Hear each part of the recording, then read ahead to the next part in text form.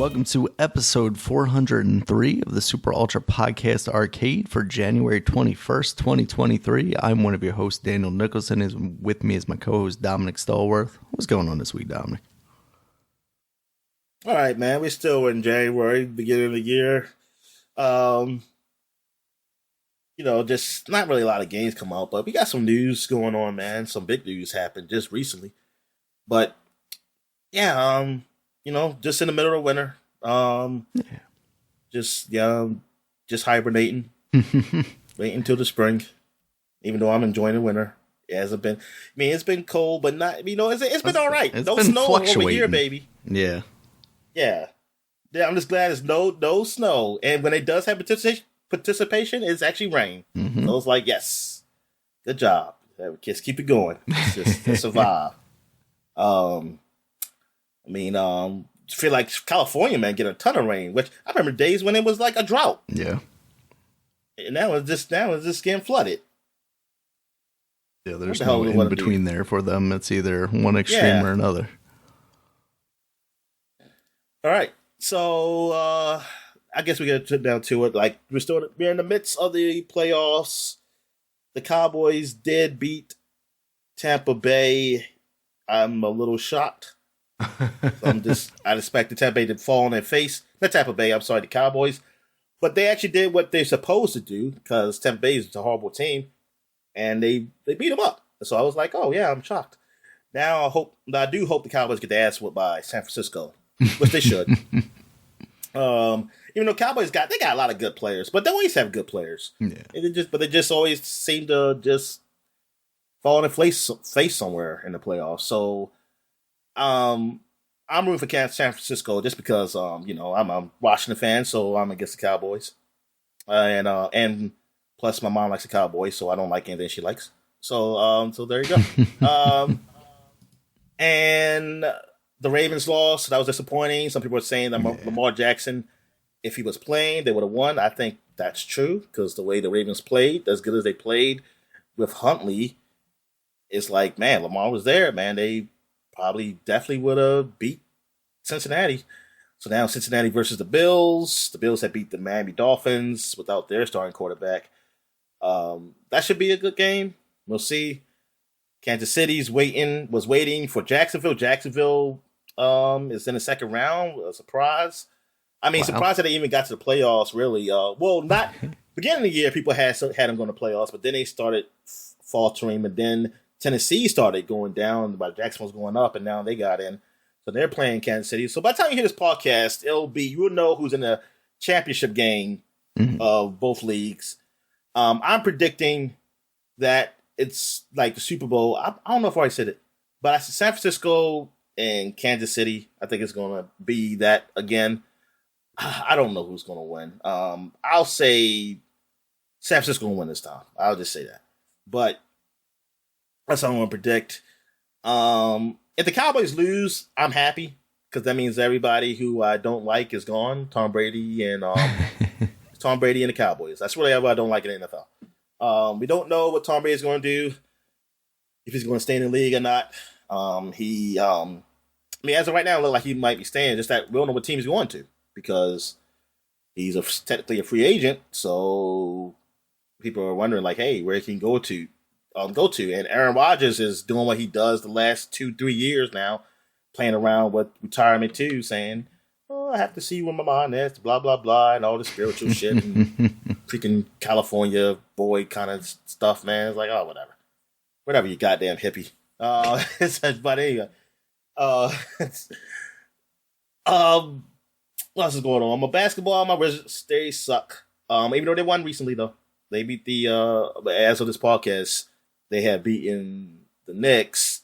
Beal came back. He's been off and on with injuries all year. This whole NBA season, it's like fiddle with teams not fully healthy. It's like, man, it really makes the season almost somewhat meaningless. The West is wide open. I know Laker fans are a little mad because the ownership saying they're not going to really pursue anybody because they're not going to pursue anybody. They said they're going to stick with this team they have now. They're not going to give up any picks, or because they gave up a lot. I guess they gave a lot before. They're saying, "Hey, we gotta get picks back." So we're just gonna just ride the horse they have.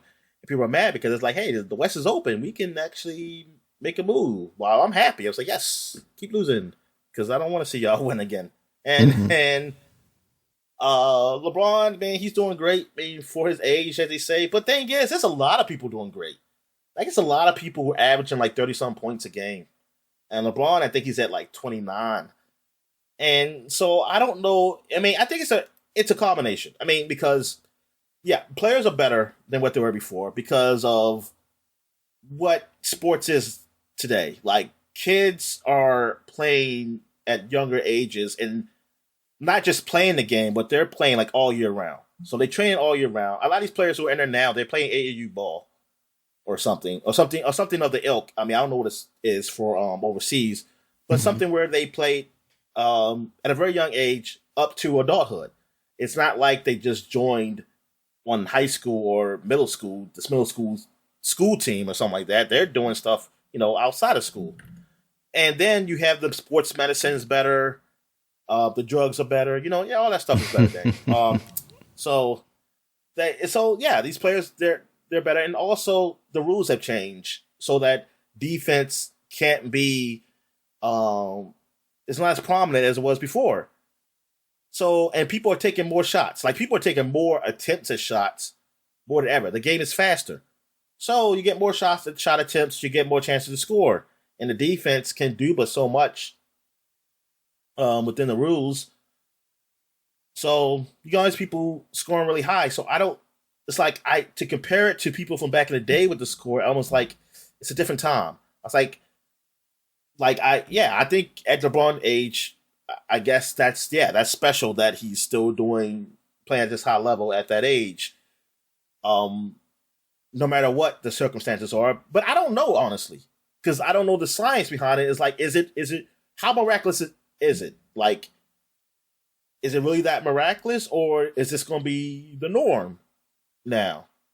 I mean, even though I think he's great, like, I still think he's one of the best of the best out there. Like, as overall, like, he's not the best player now only because of his age.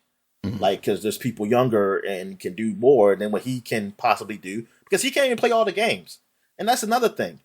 I'm seeing, like, back in the day, these players are playing almost the whole season. Probably 80 plus games. 82 games of the season. They play 82 games. Or they play like 70, like in the high 70s. They play majority of the games to almost like 80% to 90% of them. To 90%. But now you're seeing like people, they got the rest days. That wasn't a thing when I was younger. It was either you were injured or you could play. Yeah. So, and see, that's in now, which is curious because you're thinking like, sports medicine, everything, it should be better. But I guess players are also smarter to know that I don't put my body on the line. And they're probably, you know what? And maybe players can play. Like, they could possibly get on the court, but they say, hey, what's the risk and reward of doing that? And not just the players, but the ownership too. Because they're allowing it to happen. So obviously they're okay with it to a certain extent. They're okay with it because they want to protect their product. Mm-hmm. So it's just that things have changed so drastically that, like, I always say the comparison now. Like, I say the comparison of comparing things to the old days because, like, things are just so different that it's like it's hard to compare. It's like, is he the best of all time? So, at this point, it doesn't really fucking matter. Doesn't even fucking matter. You know what? End of the day, you just enjoy what you have at the moment. Like, I know it's fun to talk about though, but at some point, you just think about it, it's like, is it really fair to compare? Really? Like, saying this guy is the best of all time, but like, if he was born in that time, would he be? Because would he still do the same things? The whole circumstances would be totally different.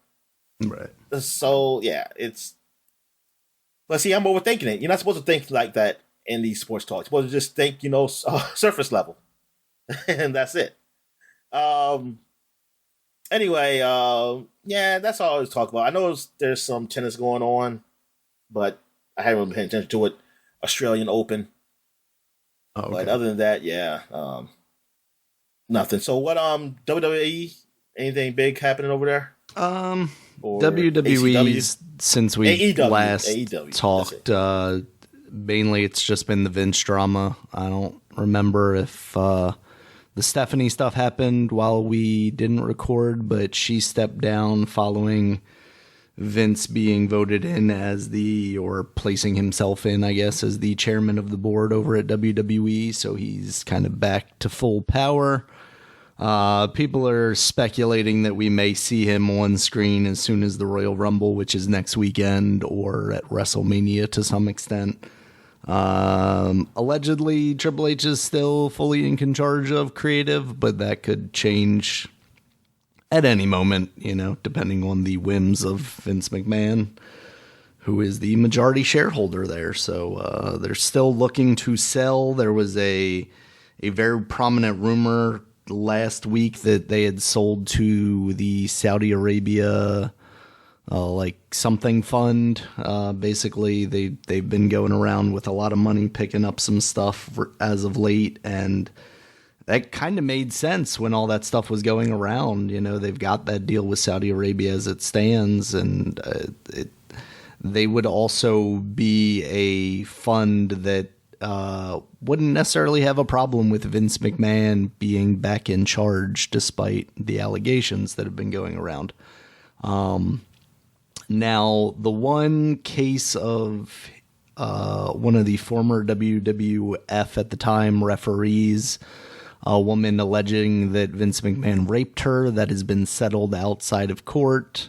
We don't know the details of that, obviously, but it sounds like that has been resolved to the extent that Vince McMahon is happy to resolve it, and it sounds like that actually occurred around the time that he started to kind of make his moves back into power. So it sounds like maybe that was a thing that spurred him to go, okay, well, this isn't going to be an issue that I have to deal with anymore, so I can move along here. That really is kind of the biggest thing going on at WWE right now. Like I said, the Royal Rumble is next week. That's always a fun event because there's some prizes and stuff like that. Cody Rhodes has already announced that he will be returning at the Royal Rumble. He was injured. A lot of people are speculating that if it's not The Rock, it's going to be Cody Rhodes that wins the Royal Rumble and challenges Roman for the titles at WrestleMania, or at least one of the titles. There's a lot of speculation right now that they're going to find some way to split up those titles and have Roman defend them twice or something like that. That stuff's interesting. AEW, I honestly am not sure what's going on right now with that.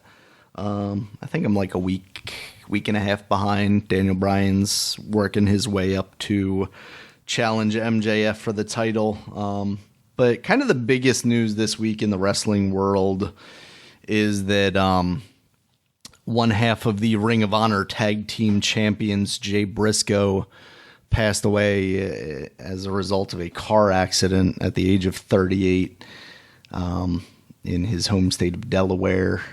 He's been a guy that was in Ring of Honor basically since day one. Him and his brother Mark Briscoe, the Briscoes as they go by, have been a staple there, multiple time tag team champions.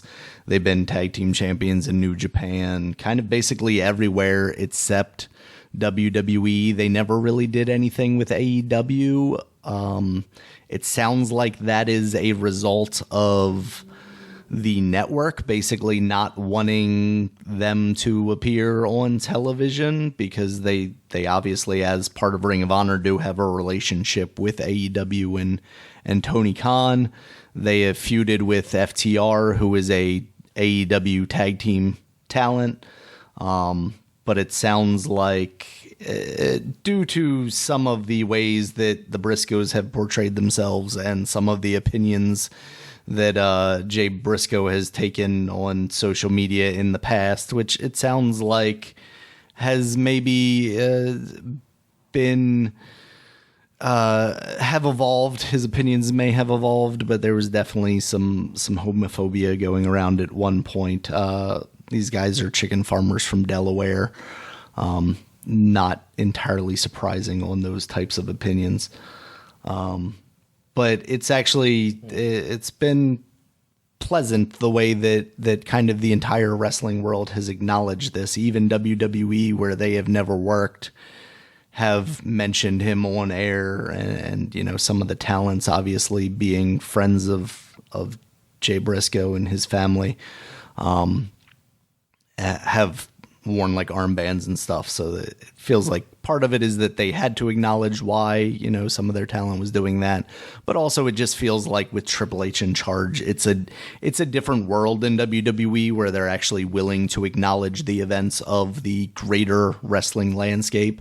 Whereas Vince McMahon's thing was always like, there's nothing that exists outside of WWE. We encompass all entertainment, whether it be movies, wrestling, or what have you. Yeah, so that was. I mean, I guess from Triple H standpoint is that he's a wrestler, right? So he knows people, he knows these guys. He's worked with them before, even though they're not probably part of WWE. He probably still has a decent relationship with people outside of them. They still, you know, so like all these wrestlers, like they know each other. Mm-hmm. So you like.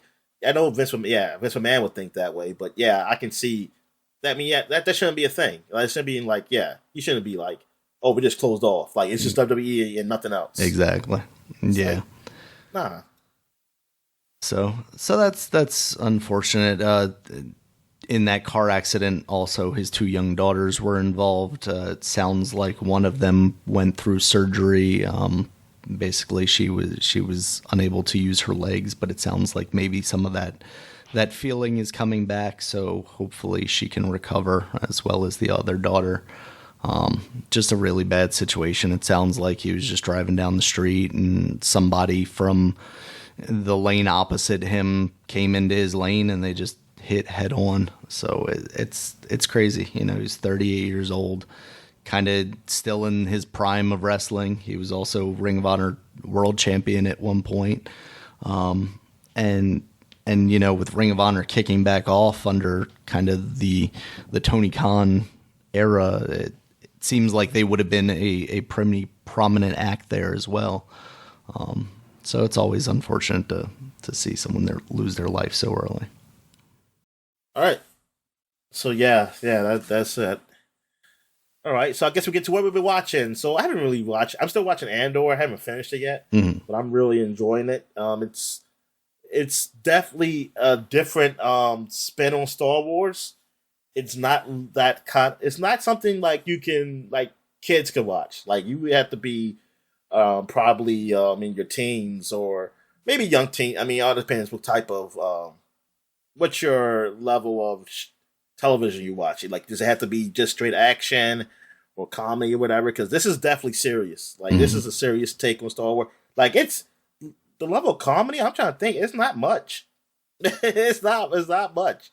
And it's pretty tense. A lot of the stuff is pretty tense because this with espionage and stuff. So it's always like people trying not to get caught or people are like bad things are happening. So it's. Yeah, I'm surprised they went this route with Star Wars, because I didn't expect this, and I like it. I like that it makes it that it's very diverse. The genre is very diverse. That's where I want Marvel to be. Like that. That's why I'm surprised Star Wars did this, because I wanted Marvel to be like Marvel's. I'm not saying Marvel's not diverse. It's just it's diverse, but still in the same humorous way though. It's like diverse in humor. That's basically it. But other than that, I don't get that. Like, I watched this show, like, man, this is a totally different vibe from this one. I mean, it's a different type of show, but it's still kind of got the lightheartedness to it. It still got something to that. Like, and not. It's just, yeah. I think I get to things like it's a little too samey. I mean, it's different, but I can feel it. Like, it's like, yeah, this feels like it's a Marvel thing. Yeah. While this doesn't feel like Star Wars. I can't compare this to another Star Wars. Andor. And I was like, wow, that's pretty cool that they did that. So what you been watching? So I watched a couple of things. I didn't put one of them up here. HBO. I just hopped on there just to see what's on there because I feel like I'm paying for these streaming services and I'm not making. What's that? You gonna watch some Velma? Velma. A part of me jumped on there to see what that was about, and then I don't know. I don't know how I'm feeling about that. I might check it out just to see what's up. But I saw a clip. It should be up your alley. Should it? See, I don't know that it is. I think it's low hanging fruit. That's why. What's that? It's low hanging fruit with a lot of the stuff I've seen. It's so like. It's like even if you, it's like okay, it's very liberal. I mean, and that's fine, but it's just that it's so easy as jokes and like it's such a cop out kind of jokes that it's like to the point where I'm kind of mad that they even used the show. Like, why can they just make their own show? Why did they use Scooby Doo? Because like, what is this? And then like I saw the clip of Fred where. Like he's supposed to be like some rich, like dude, like who can't do anything for himself or something. Yeah, he's supposed to be like idiotic, generic white guy or something like that. Yeah, yeah, but like it's just like I don't know. I was like, man, this is definitely not my type of show. I felt like it's not the way I thought it was gonna go. I mean, I don't mind it being a little, but they just have good writing, and the writing just felt so like this feels really easy. It's like it's just feel like easy jokes, like it's easy. I don't know, and then it's like I mean, it kind of just man, why'd you even use Scooby Doo? Like, why'd you use the Scooby is supposed to be a girl now? I honestly haven't even seen Scooby in the show yet. So no, that's the thing. I think Scooby is a girl. Scooby, yeah, because it's not a dog, so it's. Oh. Yeah, I just said fuck it. Okay. Fuck the show. That's whatever. Is Scooby Velma's lover? But no. Okay. Shaggy. But I don't think Velma has a lover. But I think somebody said there's supposed to be some tension between her and Shaggy, but I don't know. Yeah, Shaggy's like supposed to be a weird like perv or something who's like obsessed with her. I think something like that. Yeah. Like constant friend zone guy who's pushing for more or something, I think. I don't know. It feels like almost this weird take on like South Park where it's like we're trying to use the guise of like this more liberal thing because we're doing like race swapping and stuff like that. But at the same time, we're making fun of all of it, but like it's not good. So I don't know what they're going for, honestly. Like part of me following like especially this discussion, like I kind of want to watch it just to actually see what it is for myself. Like I've seen one clip and it was kind of cringy and it's like, yeah, it seems kind of bad. But I feel like if there is a conversation to be had there, I should actually watch it and have that conversation instead of just like going off these assumptions or whatnot. You don't have to. You know you're supposed to do that. I mean, this is the internet. I know. Oh, but no. But the I just feel like there's been better takes on like a spoof of Scooby Doo just as clips. Like even the Venture Brothers, when the Venture Brothers did that was funny as shit. 100%. They did like they had a spoof of that. Yeah. But to go back to what I was watching.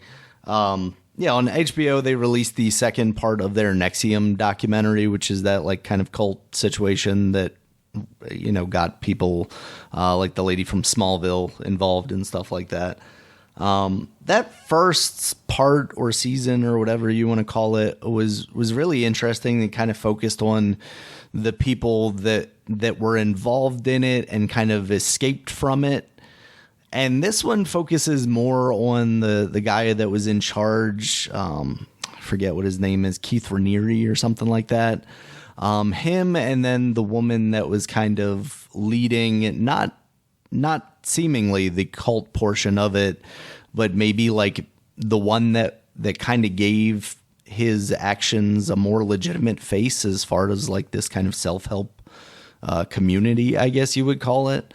And I didn't find it quite as interesting as like the stories of the victims of the first one and kind of their getting out and recognizing what it was. This just kind of focused on him being the monster that he kind of was, and going through the court case and seeing him actually, you know, get kind of the justice that people were looking for.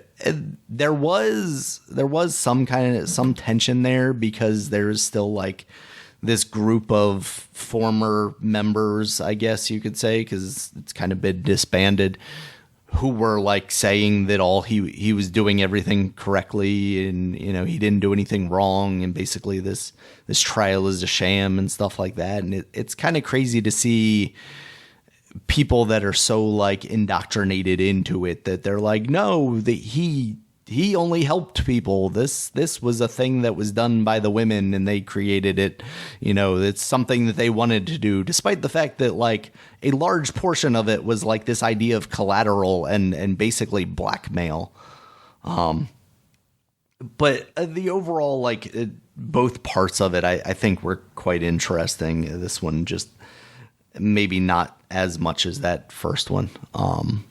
But other than that, I've also been watching I also watched, there's only been one episode so far, The Last of Us. I'm confused. Sorry. I'm confused. Because my Bluetooth cut out on me, so I had to put my other headset on. But gotcha. I thought you were already talking about The Last of Us, so what were you just talking about? The Nexium documentary. That is no, you don't have to repeat everything. I'll just listen to it when I listen to. Or you can just cut all that out, Dominic. All right. Why? I got cut out. Because if there's, I don't need to cut it out, right? I guess not. If my Bluetooth cut out, I couldn't hear you. No, I understand. That's why. That's what I'm saying. Oh, I get you. Okay. But what is the Nexium though? What is it? What was that? So that was the cult with the girl from Smallville that got wrapped up in that stuff. All right, got you. Holy shit! Oh wow, okay, that was on HBO Max. Yeah, so they did a first part, I don't know, like 2 years ago or a year and a half ago or something like that, and then recently they did another. They did another part that kind of focused on like the leader of it. I think his name was Keith Raniere. Is she still under house arrest? What's that? Is she still under house arrest? I don't know, to be honest, because I don't think so, because what she wasn't sentenced to that long. Well, she might be, because I think it might have been somewhere between like 4 and 6 years. So I guess the trial probably only happened like maybe last year or 2 years ago. So yeah, I guess she probably would still be. What's her name? Like Allison Mack, right? Yeah, Allison. Yeah, I used to like her. Let's see if they have anything on her wiki here. Arrest and arraignment, guilty plea, sentencing. On June 30th of 2021, she was sentenced to 3 years in prison and 3 years of probation, along with 1,000 hours of community service and a fine of $20,000.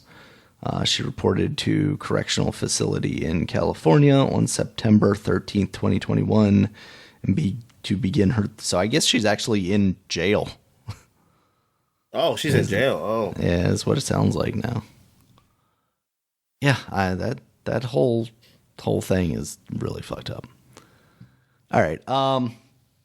So yeah. Also, in addition to that, I also watched the first episode of the Last of Us TV series. If you've listened to this podcast for an extended period of time, you may be familiar with the fact that I've basically only played the beginning bits of that game, most of which are covered in this first episode. Basically, Joel's life before the outbreak and kind of his life with his daughter leading into him first meeting Ellie, and that's kind of where this episode ends. He gets hired on to take Ellie where she needs to go, and that's kind of where this episode ends. As with a lot of these HBO series, it's extremely well done. It looks visually amazing. The money is on screen there. It definitely is a high production value show. Obviously, definitely not at Netflix. What's that? Definitely not Netflix. Definitely not Netflix. Definitely not the Resident Evil show. I must be really delayed. What? Because you can never hear what I'm saying until later. Yeah, I mean, we've had that problem in the past, right? With when you're using the Bluetooth, that there's like a big delay between. Shit, yeah.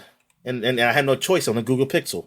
I might have to call on the computer.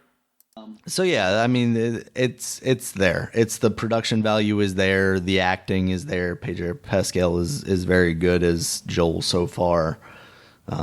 Conveying the emotions that he needs to. I think they do a very good job in this first episode, kind of making a lot of the first half of it about Sarah, his daughter, and kind of getting you to feel for her as a character. Obviously, that goes a place. I don't know that it's really spoiling it, considering how long that game has been out. But there is they just did a remake. They did just do a remake. They're just releasing the television show. This is like the Snape killed Dumbledore or whatever situation all over again, right? Yeah. But yeah, she dies in that, and I think they do an extremely good job of recreating those moments in that game, the kind of escape from the neighborhood and trying to get away with his brother in the truck, and they do an extremely good job of recreating that and kind of building up all that emotional tension. And then after that, they flash forward to Joel in Boston, starting his, I guess, new life, basically. I think it's 20 years later or something like that, which I think that's kind of the point where I had stopped playing that game. So I didn't realize, one, how big the leap was there, and two, kind of the way Joel is conducting himself. It's like his daughter would have been grown if she was still alive. So you see that, you see, him trying to survive in basically what seems to be kind of this fascist colony that they've built in Boston, where you have the police basically running the town, trying to keep everyone isolated so that the infection doesn't get in. And then following that, you kind of get hints to what Joel has been doing. He seems like he's involved in some stuff. And then eventually he gets kind of, in a way, volunteered to take Ellie to this place that they're going to take her to do whatever they're going to do. By the end of the episode, you realize that there is something special about Ellie, that, she's got this mark on her from being attacked by one of these infected, and she is scanned and comes up as infected, but obviously she's not actually being, taken over by this parasite or this fungi or whatever it is that has been killing and taking over all these other people. So, I mean, it feels like there's not a lot more that can be said about it, because like these games have existed for so long now, and right now they're sticking very close to that. People are familiar with what most people consider is very good writing in these games, and I think I am not disappointed by what I have seen in this television show so far. I have no doubts that this is going to end up being a very good show. I don't know how long they plan on carrying this out. Obviously, they could do a season 2 depending on how long they go into it, I would imagine if you're smart and you don't want to kind of draw this out too much, you just make season 1 the entirety of the first game and you make a season 2 of the second game, right? And then that's where it's kind of open-ended from there. I don't know how that second game necessarily ends, or we probably discuss it at some point, but I don't remember at this point. So I don't know where they go from there. I hope HBO and whoever the other creators, Neil Druckmann of Naughty Dog, are smart enough to not just let the money blind them and just to tell the story they want to tell and not necessarily go, oh, well, we can make 6 seasons out of this. Let's make 6 seasons out of it. Kind of the same discussions we've had about House of the Dragon, right? Like maybe you don't need to. This can be a limited series kind of thing. Exactly. So, yeah, I'm positive on it. Like, do it like the British do it with their shows. Well, I've heard a lot of people talk about how the guy from Chernobyl, I don't know if it's the director or like main writer or something, is one of the main guys on this, and using that as an example of, they only did 1 season of Chernobyl, and, it doesn't necessarily equate there. That's shot like a miniseries, though. I never thought that's what that was. Yeah. So, yeah, that's what I've been watching. All right. So I guess we get to what we've been playing. So I'll start it off. I've been playing some more Persona 5 Royale. Still going through that, and now the Persona games are here now. So you got to rush out. Probably going, get through that if I can just go right into them. Yeah. Also, I played some Monster Hunter Rise that just came on Game Pass this week. If you have listened to the podcast for an extended period before we even start doing videos, we have played Monster Hunter World when it was on the Xbox and PlayStation, and we didn't really like it, and it wasn't our thing. Yeah, because of how obtuse the controls were, it felt to us, and just the inventory. The system just felt so just irregular. But I guess that's supposed to be its charm. It's supposed to be that way to make it I guess hard, or difficult to an extent. But I don't know why. When you could just make the monsters harder, I don't know why. And I mean, this is no different. Than that. I'm just playing it. I play it on PC because I just enjoy breaking the system, just because I'm using cheats. So, even though the infinite health cheat is not working like normal infinite health cheats do work, it you'll still take damage, but you'll heal. But it all depends on the damage you take at a time. You'll faint. I think it's a point where I can set my health bar to something and it lasts. But then somehow I think if you fall down like a couple times, you'll just faint.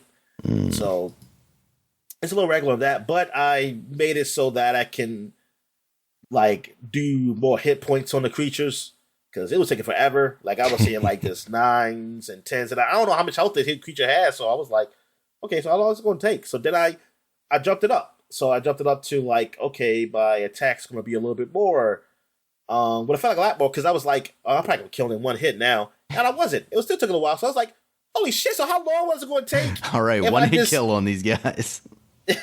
I was like, how long was it going to take if I just had it on normal? Yeah. Of my hit points. My attack points. So, yeah, that was. So I was like, well, I'm going to keep it right here then. It seemed like this is probably the best to be to actually kill the big monsters. Even though technically I think I'm supposed to be with a party on this, but they say you could go alone if you think you have to challenge it. Yes, I am. I got the trainer. I'm up for the challenge. So. And in this one, it has a dog. In World, you didn't have a dog. And you just had the cat. This has a dog and a cat, and the dog helps attacks. The cat does stuff too. I'm not really specific with what they actually do because I don't pay attention to them really. I only pay attention to the dog so I can ride on them. Yeah. I do like the little zip line they got now, where you can. I guess it's supposed to be some kind of bug or something, but you can use it almost like Spider-Man or something. And zip up and go. But it's a charge. So you can use it, but you can't just use it right away. It has to charge up before you can use it again, unless you have the trainer. So I'm just zipping along sometimes in places. And then you can use it as an attack on enemies. You can actually use it to jump on an enemy. Like all 3 big monsters all in one place at one point. Okay. And luckily I did record that. Because I'm about to edit that recording because it was a lot of times I was stopping and trying to fix my display and things of that nature. But I jumped on one monster. I think it was the badger kind of looking one. And there was like 2 dragon looking ones. There were 2 different ones though. And I think one of them can fly. I don't know if the other one can fly though. But I was like attacking them. I was on top of him, using him to attack them. And then I got off, and then I got on another one. Like I used a move and got on another one and started using them to attack. It was cool. And it was cool seeing them all fight each other, because they're trying to fight. They fight each other, then they fight you, because they're just like animals. So it was, and then you still got the little animals in a way, but that was, I like that. That was fun. It's just the controls. Like the controls of the game are still a problem for me. And well, it's not really much story because it's really just based on the gameplay. But I really wish there was there is a story to it. I think at the beginning, this older gentleman was saying that, like 100 years ago or 1,000 years ago, I think there was a time where all the monsters were attacking the villages and stuff, and we didn't know why, but we barely survived it. But it's going to happen again, and I guess that's the story. But it's told the way like I think they told the other Monster Hunter stories. It's not that great.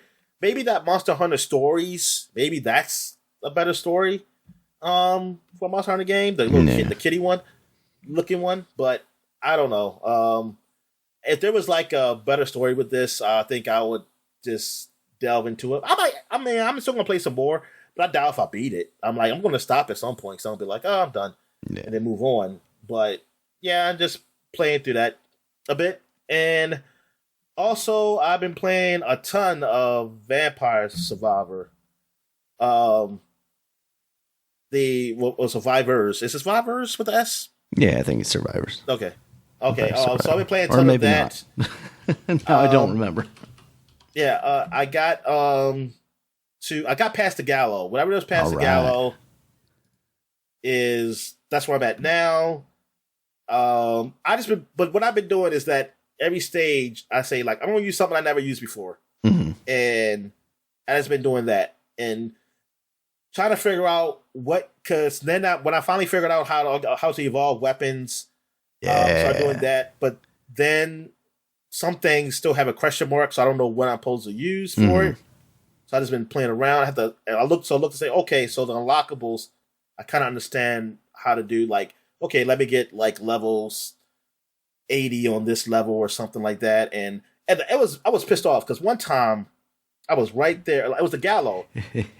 I got to 79. Yeah. And I died. And I was like, you sons of bitches.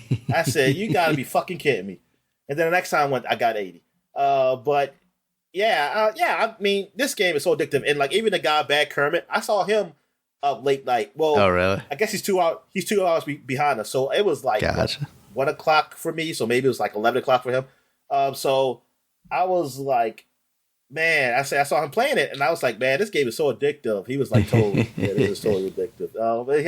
But because I saw him start playing. I said, oh, he's the only other guy I really seen playing it recently since I've been playing it. Yeah. So I was like, yeah, this game, I like using the different characters. The lady with the cats, I don't really care for, I hate but that I one. was just I was like, why the cats gotta hurt me? Yeah, because they hurt you. Plus, they don't you can't really control who they're attacking. So there are just so many reasons to not like that character. Yeah, I mean, I guess they try to make this is what cats are. They don't do what you say. Yeah.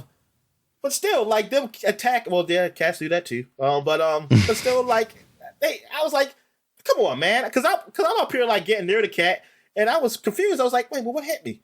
I was like, it's a cat hitting me. I said, ain't this a bitch? I got to dodge my old fucking damn weapon. There's enough going on. I don't need to be dodging cats. So.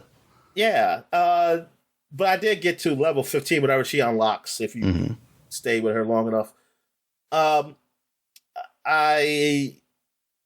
did. So the only thing I haven't evolved yet is the pigeon and the I did the knife. I did the axe. The cats I technically didn't do, but I kind of just unlocked them. It was something else that I had for a while. I was like, man, I don't know how to evolve it. The the garlic. I don't know how to evolve the garlic. But then they got these evolutions on the other side where it's like three, if you have three of them together. But I don't even have some of those items. Yeah, I haven't gotten any of those yet, I don't think. Yeah, but I tried like one bonus stage where I picked up like the mad music selection thing. I think you get in there. I did that one. But I did download the DLC. I don't think I played any of it though. Gotcha. But yeah, that game, now that I'm gotten really into it and seeing what more does it have. And because I was wondering, I was like, man, it's like I got to do 30 minutes. I said, I don't know if I can just play it that long. Yeah. And now I just can't stop playing. So I was like, 30 minutes goes by like nothing. Yeah. Yeah. That game is incredible. That game, I'm really hooked on that game. Really got hooked on it. Like the middle of when I'm doing something, I want to take a break, and I say I'll take a break and play some Vampire Diaries. I said Vampire Diaries. I'll be watch another episode of Vampire Diaries on Netflix. I play Vampire Survivors. I write my diary about vampires. When it gets really busy on your computer, does it feel like it's struggling, or does it feel relatively smooth? I only played on PC. I played on PC a few times. Oh, okay. I forgot you played on Xbox. Yeah, I played on the Xbox, and you know what? It's actually. Are you playing streaming, or are you just playing regular? I'm playing through the Xbox. Oh, okay. So have you tried streaming? No, I haven't tried streaming. I haven't tried streaming. Yeah, I haven't tried streaming it either. I just wondered how that would keep up. It feels like that's the kind of thing that would get super artifacty. I was just wondering because, like you said, like you put down something and you wouldn't just play some of this. Like it would be so perfect on the Switch, but I just don't know hardware wise how would keep up. Now when it gets to the point where it's just like flooded with enemies, yeah. Maybe there is a slowdown, but it don't feel like my character slowed down though. So maybe it's not. Maybe it's just the way the enemies look, and like it looks like they're not doing nothing because I'm killing them, and it's just an enemy behind another enemy. Plus, none of them really have that much animation to them anyway, so it's really just like they're there. Yeah. But can you kill death? Yes, you can. I haven't. I don't think I'm anywhere near the power level needed to pull that off yet, but it is a possibility apparently. At one time, I thought I was going to because I had the time thing going and it kept stopping. Oh, okay. And like I was like, oh shit, let me go try. But there was more than one of them.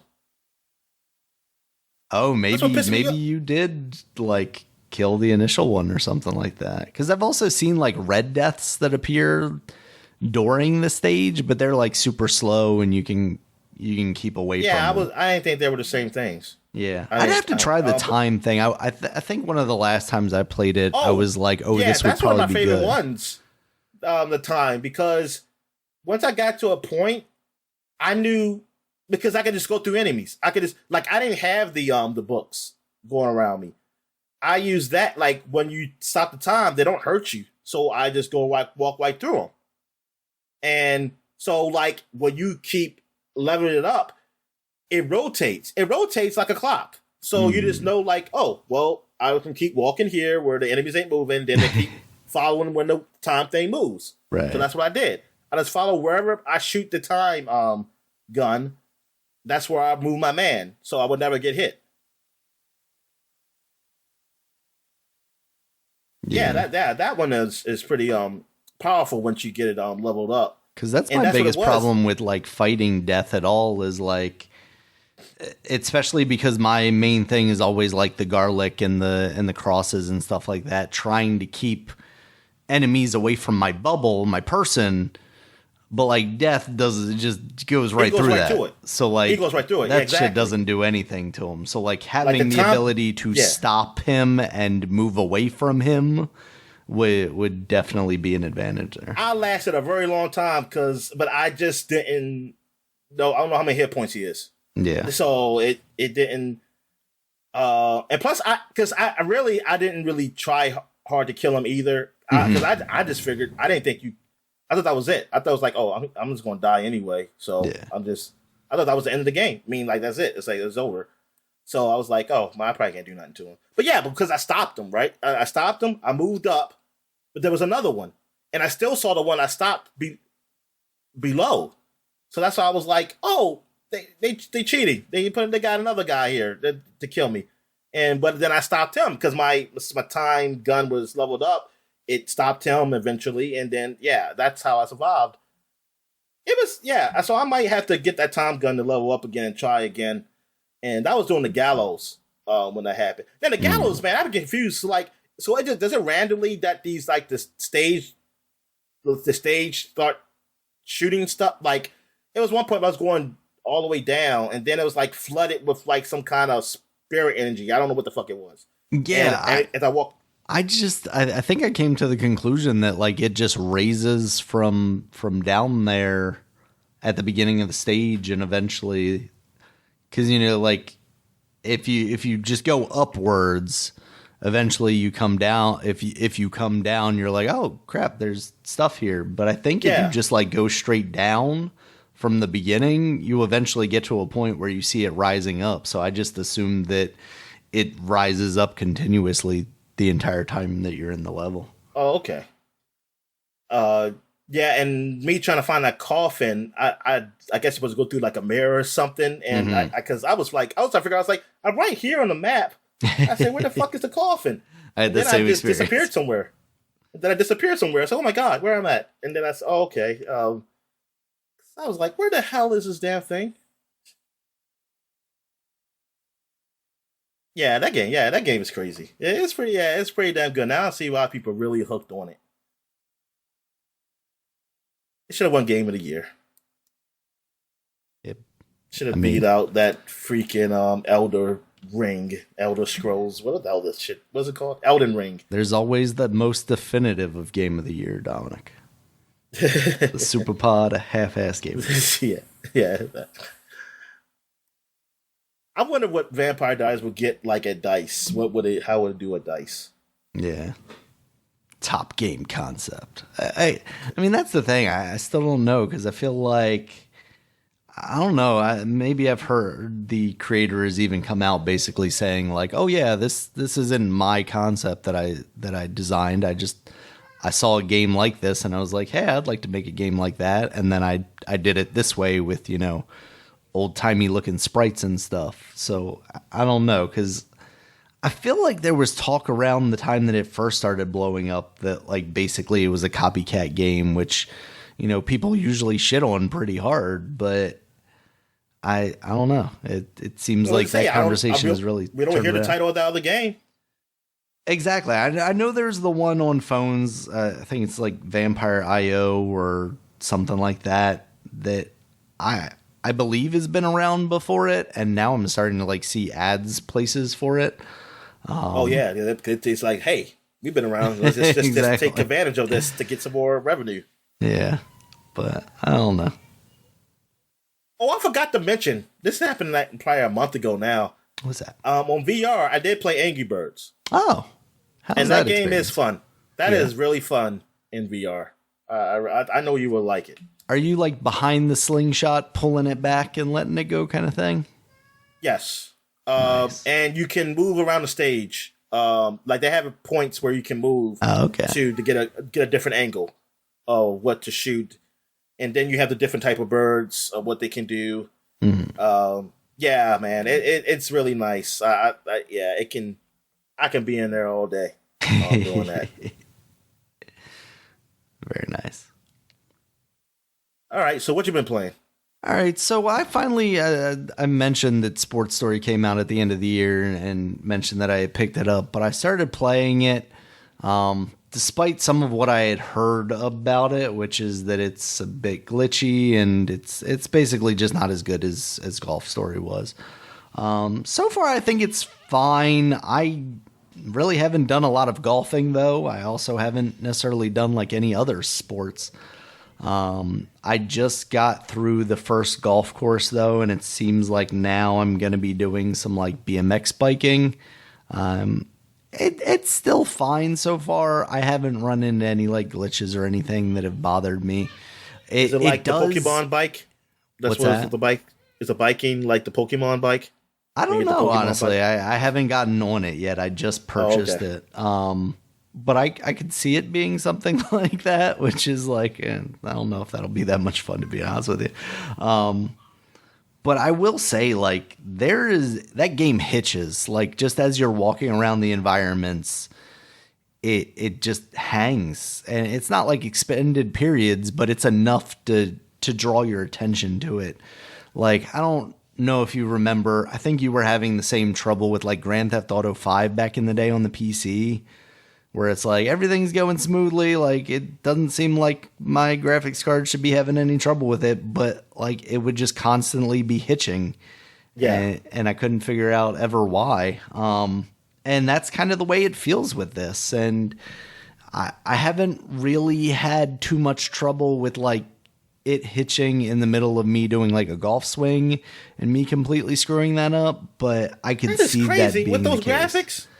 Exactly. That's what worries me is like, did they just kind of like not put their all into it because they were like, oh yeah, the first one sold great. We just need to get this one out or something like that. And it's only on the Switch right now, right? It is only on the Switch right now. Yeah. So there's no option. Golf Story did it end up coming on everything? I don't think Golf Story ended up coming out on anything other than the Switch. Then there's no excuse then. Yeah, I mean that's what we talk about with Pokemon too, but at least obviously the specs seem like they would be a lot lower for what they're delivering. Pokemon should say like, see, look how hard they can't even get it work. What do you think? You think we can get this game to run smooth? Yeah. So it's fine so far, but for what I would have liked a sequel to Golf Story to be, which would have been like improve the golf mechanics a little more and give a little more nuance to that stuff, it seems like they've actually kind of regressed a little bit. You know, there's not as much control over the ball. I think they took some of the spin stuff out of it. It's just a little disappointing in that factor. You know, I'm looking forward to see how they handle some of the other sports, but like when I compare this to Soccer Story, which is that one that was on Game Pass that shares a very similar type of setup and concept, I'm leaning towards like returning to that over Sports Story. So now so Golf Story is just on the Switch. Like, I wonder why. Why haven't they moved?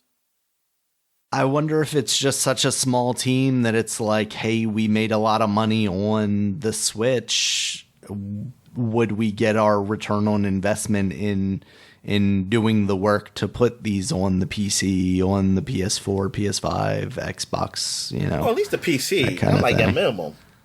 Yeah, it definitely seems like they would have been successful enough to maybe get, you know, some kind of port house or something involved in the way like Spelunky did or something like that. I don't know. Maybe Nintendo was like, hey, we'll help you out with the development of this Sports Story game if you keep it around exclusive. We'll give you the Pokemon team to help you make your game. Exactly. Yeah. So yeah, that's what I've been playing mostly. I've been playing. I went back to Mario Odyssey because and I've been playing some Super Mario 64. Mostly because like my daughter's getting more into video games. I gave her my Game Boy Advanced and she's been like trying to play Pokemon Pinball. I booted that up just because I figured, basically it's 2 buttons. It would be the easiest thing for her to just kind of get a grasp on. But she's been interested in my Switch. She's played a little bit of the Kirby demo, but that usually evolves into, okay, you move the character around and I'll jump. Or I'll press the action button or stuff like that. And it's been relatively successful. She gets... she kind of gets over the game pretty quickly, though. She's like super into... Cuphead? How's she doing on Cuphead? What's that? Cuphead. How's she doing on Cuphead? Cuphead, she's beat all the bosses. I don't know how. I will say this, Dominic. I put on Sonic Mania for her the other day, and she basically beat the first level by herself. That's good. She would have been able to... without basically any intervention from me, I believe, if that first level didn't end with a boss fight. But like, there was a point where I was like, does this game really play itself this much? Because she's just like flying through the loops and speeding up and stuff. And I'm like, I don't think you're advanced enough to be doing what you're doing right now. But yeah, because she's into Sonic, Dominic. I think I texted you the other day, like, I could get her out of my house. She's talking about all this Sonic love, but where did she see Sonic and Mario at the same time? On something, and she was like, I love Sonic. I was like, the Olympics. Not in my house. Yeah, so he's been playing. Broke out the Wii, got Sonic and Mario at the Olympics. But yeah, I actually got a ROM cart for my Game Boy Advance finally, because I figured like, I can just drop whatever games on there, and whatever actually works for her, then I can leave those as options.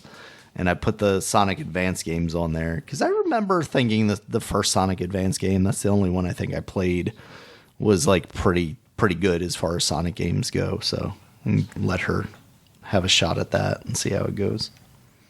Also, there's a Sonic Frontiers demo on the Switch now, Dominic. So, oh really? Might let her have a go at that too. I mean, is there a demo everywhere? I don't know. I only saw it in regards to the Switch. Let's say Sonic Forces. Not Sonic Forces. What is that game? I just said it. Frontiers. Frontiers demo. Let's see. Nintendo Switch. Let's see what Steam says. Nope. Digital and regular versions. Yeah. Switch exclusive demo. Wow. That is weird. Nintendo and Sony, Dominic, in bed finally together.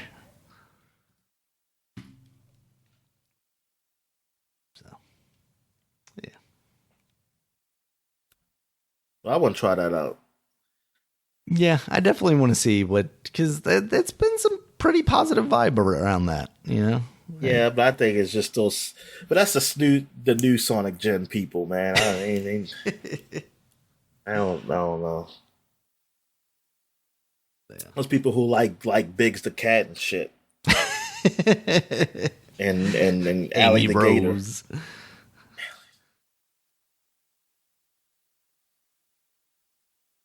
All right, so that's it. That's all I got.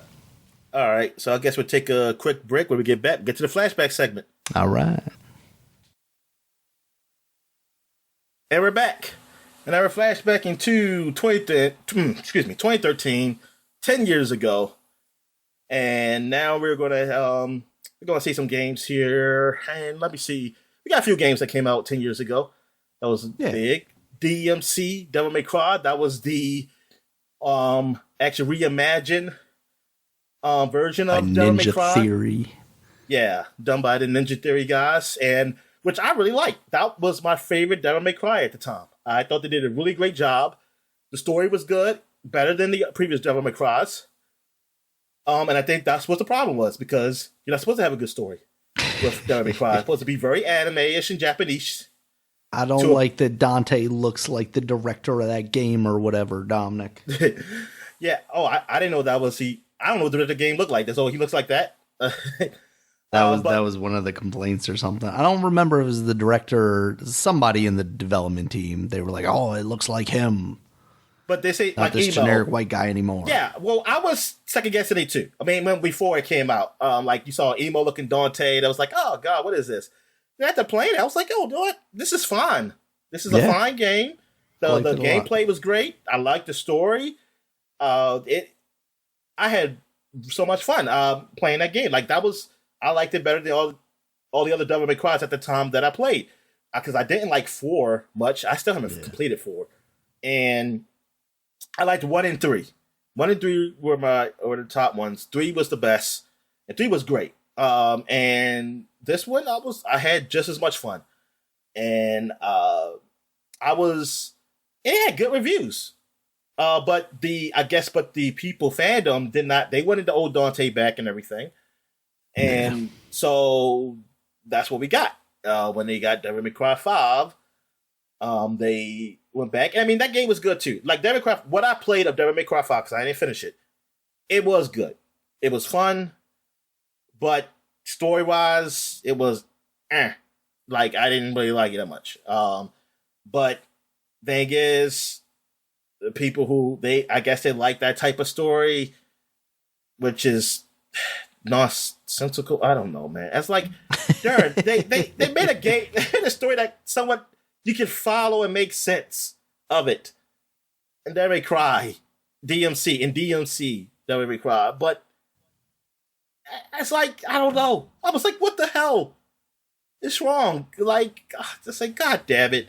So this is why we can't have good things. It's like, you know what? This makes everything just suck. God damn it. All right.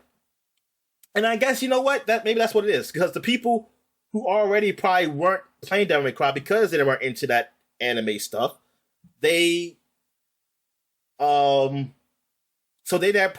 never played this. They're not the audience anymore. So they probably figure like, hey, I'm not the audience. I'm not going to bother with this game. And while the people who are the audience who did like that stuff, they're like, no, this story makes too much sense. This is not what we want. They're not the audience for that. They're the audience for this, like I'd call them like Dragon Ball Z. They like that shit. People like shit like that. And we're losing all our Dragon Ball fans now, Dominic. Well, then that's everybody. It's like we're losing all our fans. Yeah. All right. So where we at here? The Cave. The Cave came out, and you can talk about that game because I always see it. It's been on this everything. Was the return of Ron Gilbert, the guy who did Tales of Monkey Island, before he returned to Monkey Island. It was just basically a cute little puzzle platformer, like side-scrolling thing. You had a team of different characters that had different abilities. It was a game that I was kind of excited for leading up to it, and then it wasn't nearly as like, wow, as I was hoping it was going to be. I didn't know Ron Gilbert worked with Double Fine. What's that? I thought it was just Tim Schafer. I didn't know Ron Gilbert worked with Double Fine. Yeah, I can't remember to like what extent, but I definitely didn't know Sega published a game. Yeah, I didn't realize that either. I guess I couldn't remember if it was a Double Fine thing. I mean, that's probably part of why I was also excited about it. But I think that was kind of the big thing, is like Ron Gilbert coming back and working with Tim Schafer and his team also was kind of like a big deal. And then it kind of came out and was just like, didn't know it was Double Fine either. So that's why I didn't even look at this game. I would have probably played this game. Now I might do. I might have to, keep this up here so I can remember to check it out. Because I did not know this was done by these guys. Even though, I mean, the reviews weren't like super great. Like for the PC it's 68. On the consoles around the 70s on all the consoles. The iPhone version got 65. That's what they get for putting my iPhone. Shouldn't have put it up there. But like the highest one I see, EGM gave it a 9 out of 10. Not bad. The Game Informer gave it 7.75. I mean, it got decent. It got okay reviews. 7.9 Yeah, those on are IGN. fine scores for Yeah, this type of game. Edge is the one who were a little iffy. They gave it a 6. It wasn't edgy enough for him. All right. So what we got here? And last for 2013, we got Ni no Kuni, Wrath of the White Witch, which I want to say I was excited for, but I was really interested in it because of the look, the art style. Yeah, it was done by incredible. What's the person's name who does all those animation movies? And Like Miyazaki? Yes, I'll take your word for it. I know the director is Ken Monotamuro, but he's not the actual guy who does the movies. He's just a guy who did the game. Was he involved in that, or was it just like this looks so much like one of these things? I couldn't remember. I thought he was involved. I thought they were actually involved in the act. Well, the studio was. Oh, okay, that's what it was. Studio Ghibli was involved in it? Yeah, Ghibli, yeah. Gotcha. So, yeah, it looked just like those movies. Forgot the movie I watched with the wolf. That Jada Pinkett Smith Princess Mononoke? Yeah. That was like the first movie I seen of that. And I seen that that was the first one that was like big in America, I feel like. Because it was, my dad had legal cable and that was always on. And I always saw, I watched the whole movie, but they always saw bits of it and stuff. And I didn't hate it. But I wouldn't say I was still into it. It was all right. I was kind of forced to watch it because my dad wanted to watch it. But it was okay. But honestly, I probably never would have watched it if he didn't force me to watch it. And then I watched the other one where this person's her family turned into pigs or something. Like her, Spirited Away. Spirited Away, yes, and I was forced to watch that too. I would never have watched it if I wasn't forced to watch it, because I was stuck in that room. There was nowhere else to go. And I was like, "Oh, no TV out," so I guess I have to watch this. But yeah, that's my nieces and nephew. It was like during the holiday season. But yeah. And that was all right. I mean, that was all right too. And this game, and you know, if this is a podcast, I played this game up to the point where I thought it should have ended, and it was still going. And I was like, no. I said, what? I said, it's still. I put a lot of hours in that game. I'm thinking it's about to be over. I said, well, I guess we can close to it here. And then I saw like, holy shit, there's still some more game. And I said, okay, I'm going to stop. But it was a fun game. It was a fun game. I mean, I did enjoy it. The reviews for it were they were pretty good in the 80s. Yeah. Around, yeah. Game Informer actually gave it a low score of a 7. Polygon gave it a low score, 6.5. That's because they didn't give him a cover story or something. Yeah. Probably. I wonder why Polygon gave it such a low score. Darn. But yeah, I mean, it was all right. It was a JRPG.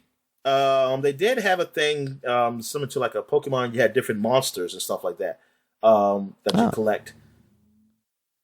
But they have like these set characters. I think it was 3 characters, maybe 4. I don't remember totally. But yeah, the game was enjoyable. I never played 2. I never played the sequel to it. But yeah, just visually, that's what caught my eye. How good the game looked at the time. I was like, man, absolutely. I was a little jealous that it was on the, even though I did have PlayStation. I don't know why I was jealous. Because you don't want to play anything on that trash box. Yeah, I don't. Yeah, but that's it. Let's see what else we got here.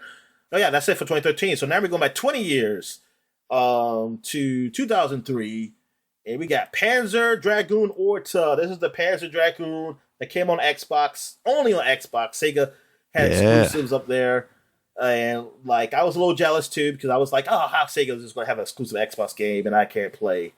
And I was happy when I saw the low scores for it. So I was like, yeah, take that. Yeah, I don't care about it. It's like, even though it wasn't really low scores, it was just it got 90 on Metacritic. Are they like 7s and stuff? Oh, okay. It got 90 on Metacritic, but wow.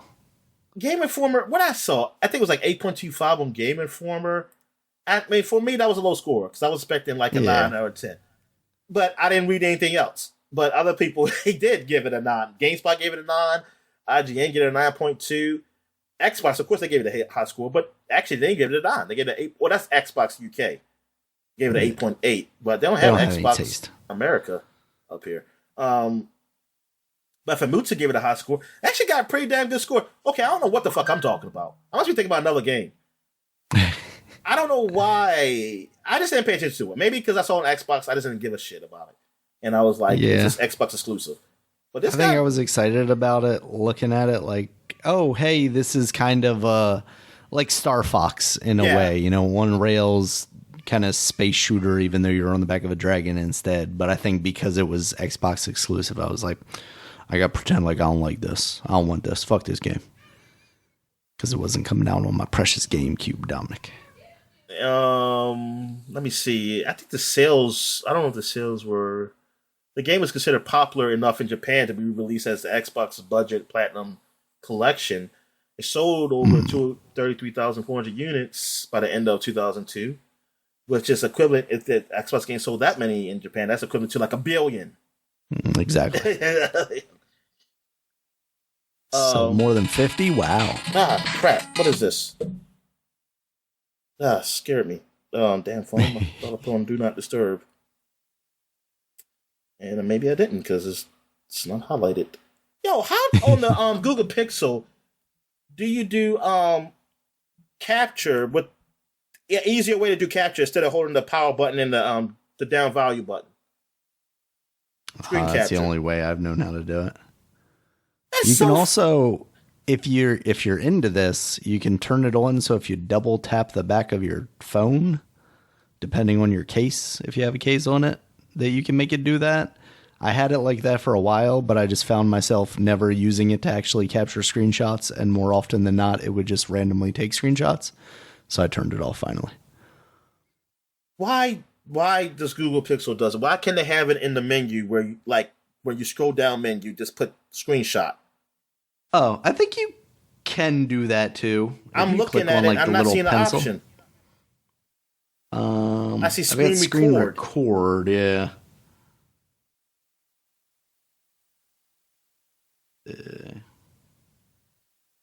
It's so inconvenient. I hate doing that. That's the only way I've ever known.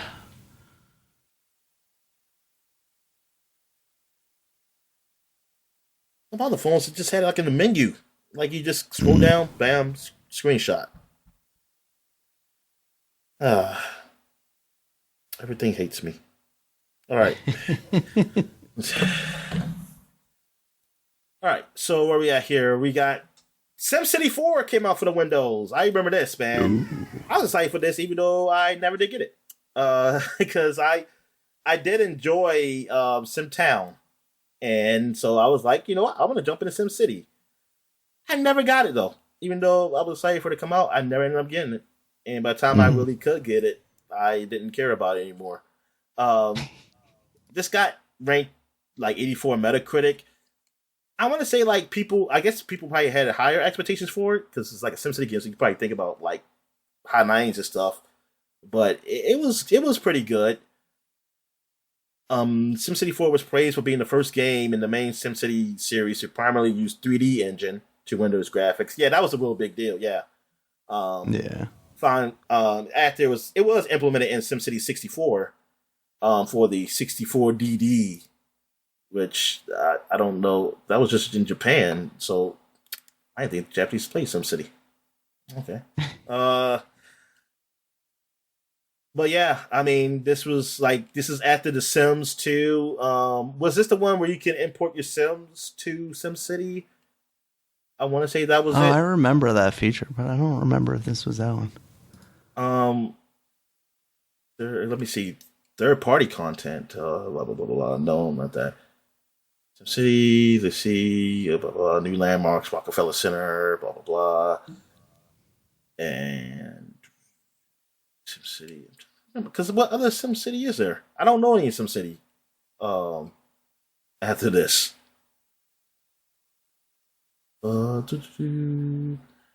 Origin controversy around 20. Oh, that's 2014 though. Darn, that's way past the time. I don't know. I'm not gonna. I thought this was it. that you could do that. Let's see, but I don't see it. At least in the Wikipedia, anyway. Yeah. Oh, here it is. My sim mode? My sim mode enables players to create user-defined sims who will live and work in the city. When moving a sim into a city, the player can choose from a selection of characters or import others from the sims. Okay. Sims can be killed by certain disasters or catastrophic events, leave the city if conditions are unfavorable, or die of old age. After they die, their children sometimes take over for them by taking their name, house, and job. Okay, that's cool. I love to watch Sims die. So yeah, that's that. I mean, yeah, that was pretty good. How to integrate all that. And this was probably what was Will Wright evolved with this one. This is probably his last time with The Sims. When did he leave? Because Will Wright stated in an interview May 16, 2003 that there would probably be more expansion packs after Rush Hour, but none were released. And another interview May 22nd, 2004, Wright stated that Maxis was attempting to work on a new direction for SimCity after new versions had become steadily more complex. I don't know when Will Wright left, but It looks like he left in 2009. okay. So what game? Well, I think it's probably what The Sims 2 or 3 came out. Maybe then. Trying to see. Yeah, well, Sims 3 came out 2009, so I'll say he probably was involved with that one. Maybe. I don't know where was Studio or Maxis was part of it. He probably wasn't. Maybe he wasn't. I don't see his name in this. Was Spore his last one with them, maybe? That's right, Spore. Yeah. Was Spore out before Sims 3? Spore came out in September 2008. Okay, yeah, so it was. Yeah, his latest work, Spore. Yep, Spore. Yeah, I forgot about Spore. Spore was so going to be, looked like it was going to be so huge. Yeah. The dreams of the early 2000s. All right. So now we got a PlayStation 2 exclusive, The Getaway, which is like Grand Theft Auto Killer or whatever, but not really. Grand Theft Auto, but oi, governor. Yeah, it was London. Yeah, it looked like it took a lot of stuff from Guy Ritchie movies. Yeah. And I mean, it looked nice at the time. Like, if you think about what's the game called from the GTA guys that was done in Australia. What was it called? What's it called that it kept releasing to on everything? LA Noire? Yeah, LA Noire, yes. This is almost like what LA Noire was as far as like the facial animation of real actors and shit like that. That's what it did with The Getaway. Like, they had mocap and all that stuff done to make the guys look real. I did not know Mark Hamill was in this game. Oh no, that is the actual character's name. Oh, never mind. No, he's not. Mark Hamill is not in the game. Mark Hammond is the character's name. You're thinking of Mark Hamill? Yeah, y'all think of Mark Hamill. Yeah. Gotcha. But anyway, yeah, I played the demo. It came with one of those PlayStation magazines. And, I mean, it was okay. But when I saw the review, it was Game Informer's review. I think it was like a 7 or something. Oh, they gave it a 9. Okay, what gave it a 7? Oh, AGM did. Yeah, okay, maybe that's what it was. Game Informer gave it a 9. Official PlayStation Magazine gave it 4 stars. Entertainment Weekly gave it a D. Wow, they have standards. Edge gave it a 6. Oh, the Edge would know. Aren't they British? They probably like, yeah. They probably were like, man, this is definitely horrible. This is not like, this is nowhere near a Guy Ritchie movie. Famitsu actually gave it a 31 out of 40. Probably just because it's PlayStation. And GameSpot gave it a 6.9. It was kind of over the place. It's 72 on Metacritic. I'm surprised I just didn't get the game because of Game Informer. Yeah. Give it a 9. I thought I probably got it then. Why didn't I get it?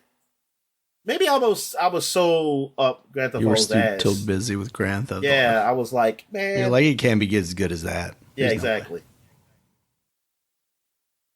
That's right. Team Soho did this game. What? See, Team Soho even still a thing?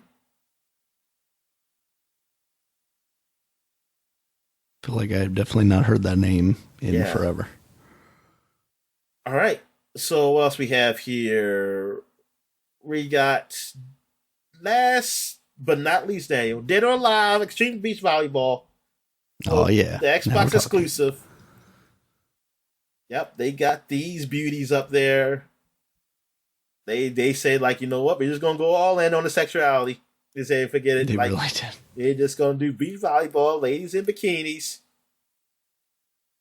And they got a 73 on Metacritic, so not horrible. Not horrible. Game Informer gave it a I don't know. 7.5. Eurogamer gave it a 3 out of 10. Those They prudes. just prudes. Yeah, exactly. They are prudes. Darn, like IGN get a 9.2. Come on now. That's what I'm looking at. Like, there's no way they gave it. Playboy gave it a 74%. I know they even have better status than IGN. That's ridiculous. Yeah, I mean 9.2. They're like, they really missed the mark on this one. GameSpot gave it a 6 out of 10. Game Revolution gave it a B minus. GamePro gave it all freaking 5 stars. Yeah, they were desperate because they were losing out. They were losing the Game Informer and magazine sales. They knew they were dying. But yeah, this game was talked about. It was like, oh, I guess have the game like this out there. But people say, like, hey, the volleyball stuff game is actually all right. The gameplay was actually okay. I had to take their word for it because I was too much of a punk to get it. Even though I didn't have an Xbox at the time when it came out, but when I did get an Xbox, I still wouldn't get it. I was like, nah, I can't do that. I'm not that Now's desperate. the time, Dominic. You got to revisit it. Is it backwards compatible? 4K HDR. I doubt it.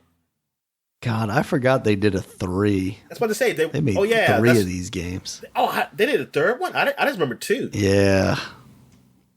2 was 2 on 360? Yes. Yeah, Extreme 2. Yeah, it was 360. Yeah. 3 only came out in Asian countries, though. Oh, okay. Does that mean Which explains why they have the youngest looking girl on the cover. Oh, yes, they do. That is a damn shame. God. Oh, she's actually 50 years old. Following the emergence of the COVID-19 pandemic, a Japanese version of Venus Vacation Steam port was released in August 19, 2020, which immediately continues DMM's version's recent events. Oh, right. 3. That's right. This was the one where, it went released over here, and people had to buy it on like a market so they can get it. And because people were mad. They were mad that they weren't bringing it over here. Yep. Look at that, though, Dominic. Somebody tried to cure COVID with this game. Didn't work, though. God. Oh, man. You gotta get the Vita version of this game, Dominic. Yeah. It's probably an alright game, Daniel. Even though it got a 43 out of 100 on Metacritic. See, the thing about it was, like, there was so little talk about the actual volleyball in it because I think it was probably so competent. It was fine. But, like, even not more so than the bathing suits and everything, but, like, more so than the volleyball of it was, like, always the mini games. And I was like, none of those look fun. What are you talking about? I feel so dirty looking at this cover. You should. You should feel even dirtier downloading it right now. I know you will. All right, so that's it for the flashback segment. So we're gonna take a quick break. When we get back, we get to the gaming news. All right, and we're back. So let's get to the gaming news. What we got, Dad? All right, Dominic. We are starting to kick into news season here again. First up, we got Ubisoft. They have once again delayed Skull and Bones. Good luck with that game ever releasing at this point. I know. Can we do our predictions? No I wonder what date given, which makes it even worse. I feel like, you know, if it's a couple weeks, if it's a month or so, like that, I understand. But We're on like the fifth or sixth delay of this game, and you can't even give a date. You're saying sometime in the next fiscal year, which is, April of this year to March of next year. So I don't know, Dominic. It's not looking too good for that. It's at the point where people are going to forget what this game was trying to like base off of. Like people like, oh yeah, it's Assassin's Creed. It's based off because people like the ship battles in Assassin's Creed 4. Yes. Assassin's Creed, Black Flag, the one that launched around the time of the PS4. Well, wait, hold on. What was Assassin's Creed 4? That was Assassin's Creed 4, right? Black Flag. It was Black Flag. Yes. Yeah. It was the first one that was like, even though it's a side thing, they put the number on it anyway because they were like, we gotta get back in here. Yeah. But that game came out around the launch of the PS4 and the Xbox One. Think about how long ago that was now. That's real bad. And this game isn't even that ambitious. This game is just the ship battle stuff. Ubisoft is in some bad spots. They also it better be like something like some extra stuff in there. Like you can have Rayman or something, a Rayman ship or something like that.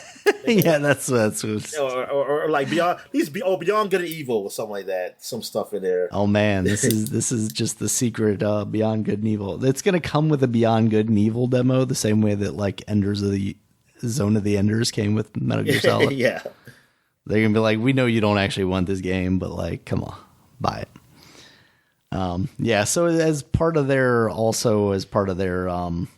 like fiscal call, they also announced that they are canceling 3 unannounced games, so ones we haven't heard about necessarily yet.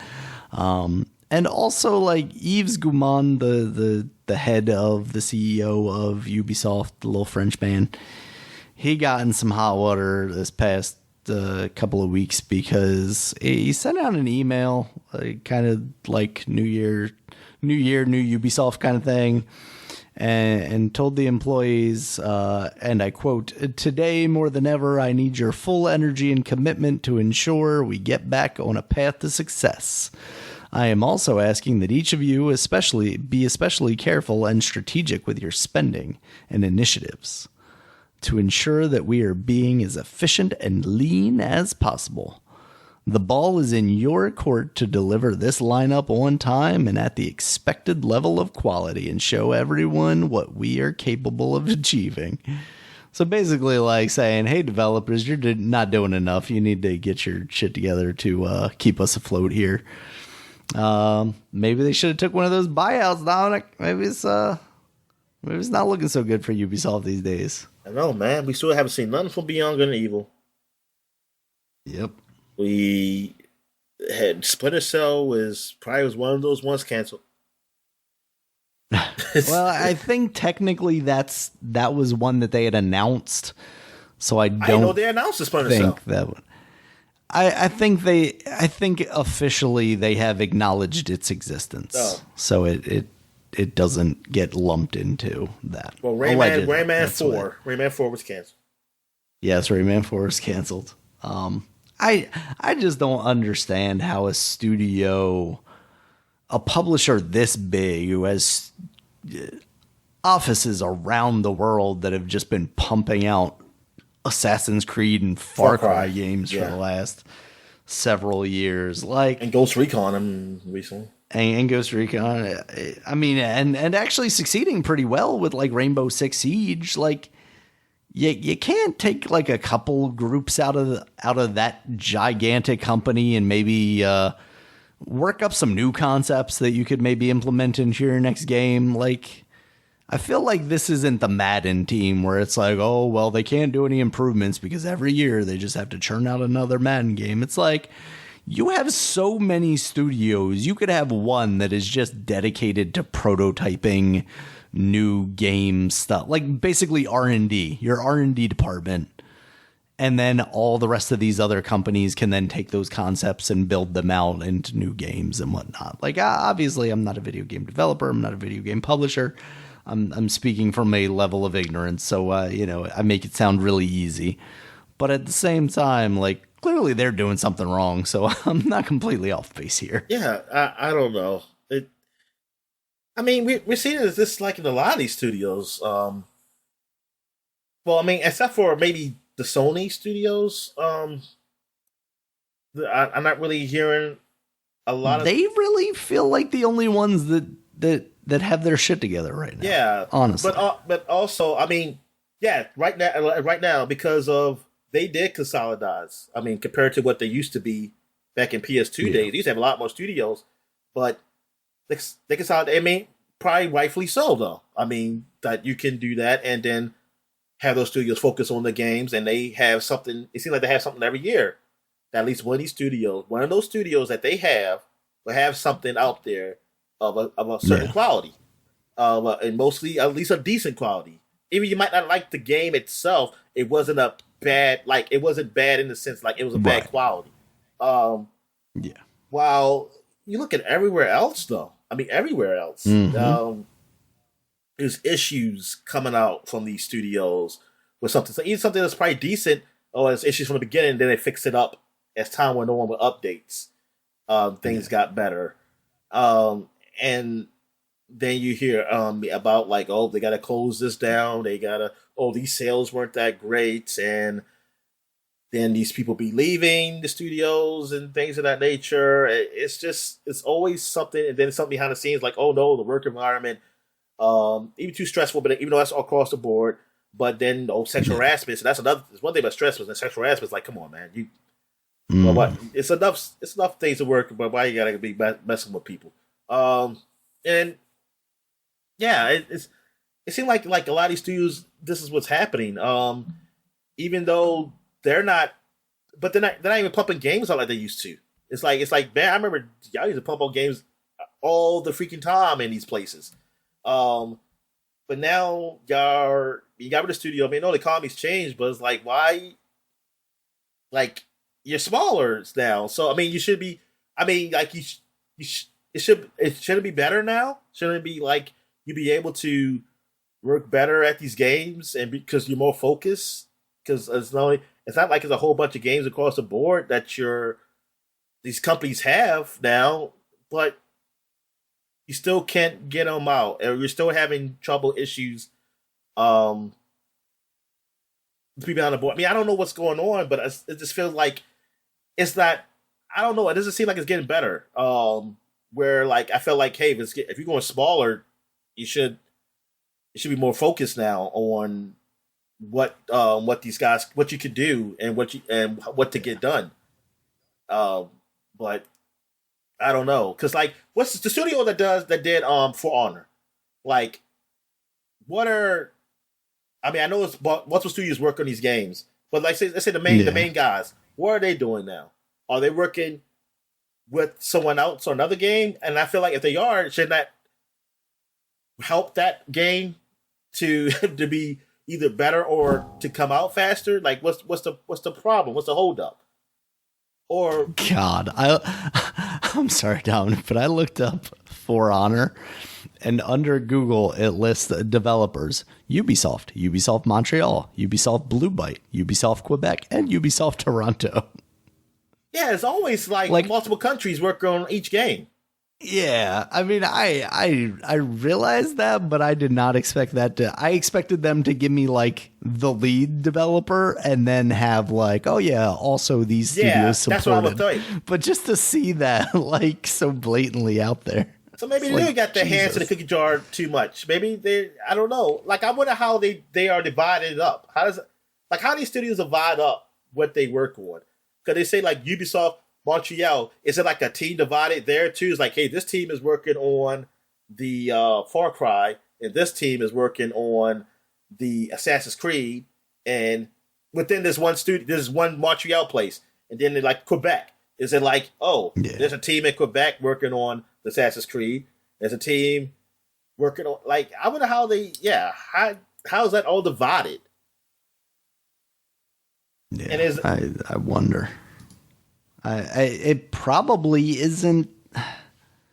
I mean, I don't want to sit here and say like it's probably not well maintained, and they probably have a hard time keeping track of that stuff because they, up until about last year, they were doing a pretty good job of just pumping shit out, whether whether it's good quality stuff or not, you can argue. I mean, it seems like those more recent Creed games have been very good. Yeah.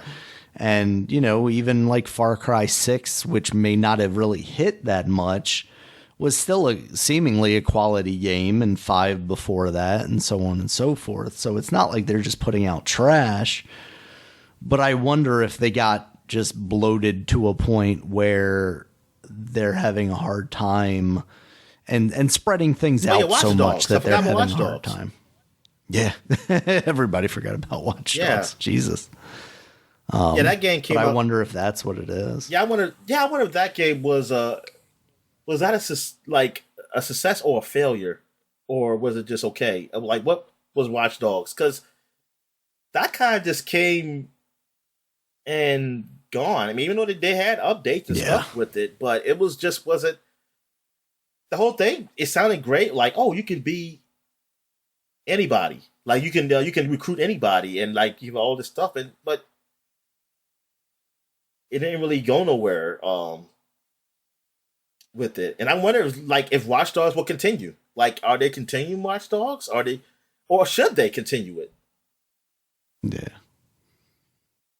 I mean, apparently they sold 1 million units in 3 days, which that number sounds good to me.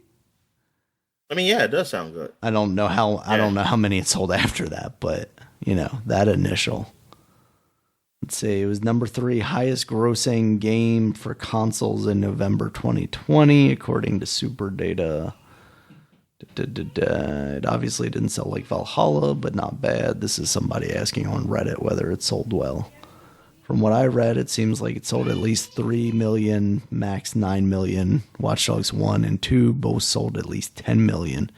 I'm a little surprised by that, because I feel like Watch Dogs 2, despite seemingly being the best in the series, kind of got ignored, Yeah, I think in because a lot of ways. It used a lot of mechanics that people have seen before, but it was done well. Mm. It was done well with it, but it wasn't really different. But right. I did like it, and I think also the blowback from 1 really was probably hurt it from like the critic standpoint anyway. Even though they liked it more, but it's just that the hype for 1 was so huge, and then it came out to be not as big as it initially, what people thought it would be, with it. Yeah, but 2 was great, and I kind of wish they would have continued from 2 story. Yeah. Instead of going this route where it's kind of just the story is kind of open, like it, to make it more, almost like what they did with Assassin's Creed, to the point like you don't care about Assassin's Creed about anything outside the Animus. It's just anything inside the Animus, really, it don't matter. Yeah, I wondered if they took this game concept and then kind of struggled with the actual storytelling aspect of it. Because it's cool that you can play as any character in the game, but also it's hard to make like a centralized focused story when you could be a granny doing this, or you could be some hotshot rookie, Yeah. So it seems weird. Did they have DLC where they introduced the character from 2 and what's his name, Ethan or whatever, the guy from the first one? I have no idea. I just know there was DLC, but I don't know what was actually in it. Gotcha. I thought I remembered seeing at least the dude from 1 being added in there, but I can't imagine you'd put him in there and not the dude from 2 also.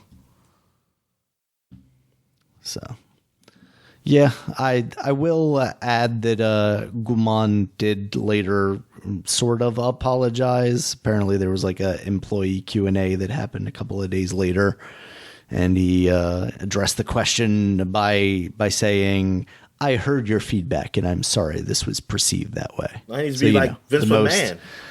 Be like, shut up. I mean, that's still a pretty I'm sorry you're hurt by what I said kind of thing. Yeah. Not a I'm sorry for having said those words. But hey, I guess it is what it is. He throws a croissant at him. Throws a croissant. Really don't. Okay. All right, next up, Dominic. This one's kind of a big deal. I just happened to see it flash up on my phone last night, and I was like, well, that's interesting. Crystal Dynamics is going to end support for Marvel's Avengers on September 30th of this year. Just put Spider-Man or everything else and say, fuck you, Sony, and then leave. I wonder if they could pull that off.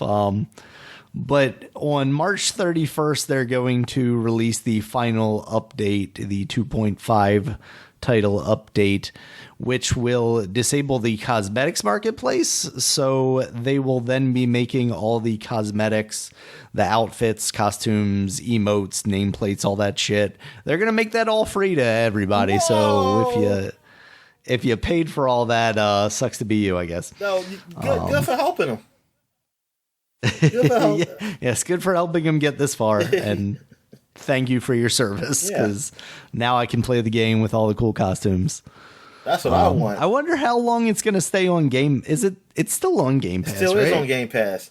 But that game, I wonder how long it's going to stay on Game Pass. But shit, I think, I don't know. Some of these games, I get it. There's so many that go really cheap. I don't know which one's which. I don't know if there are ones that went down to single digits.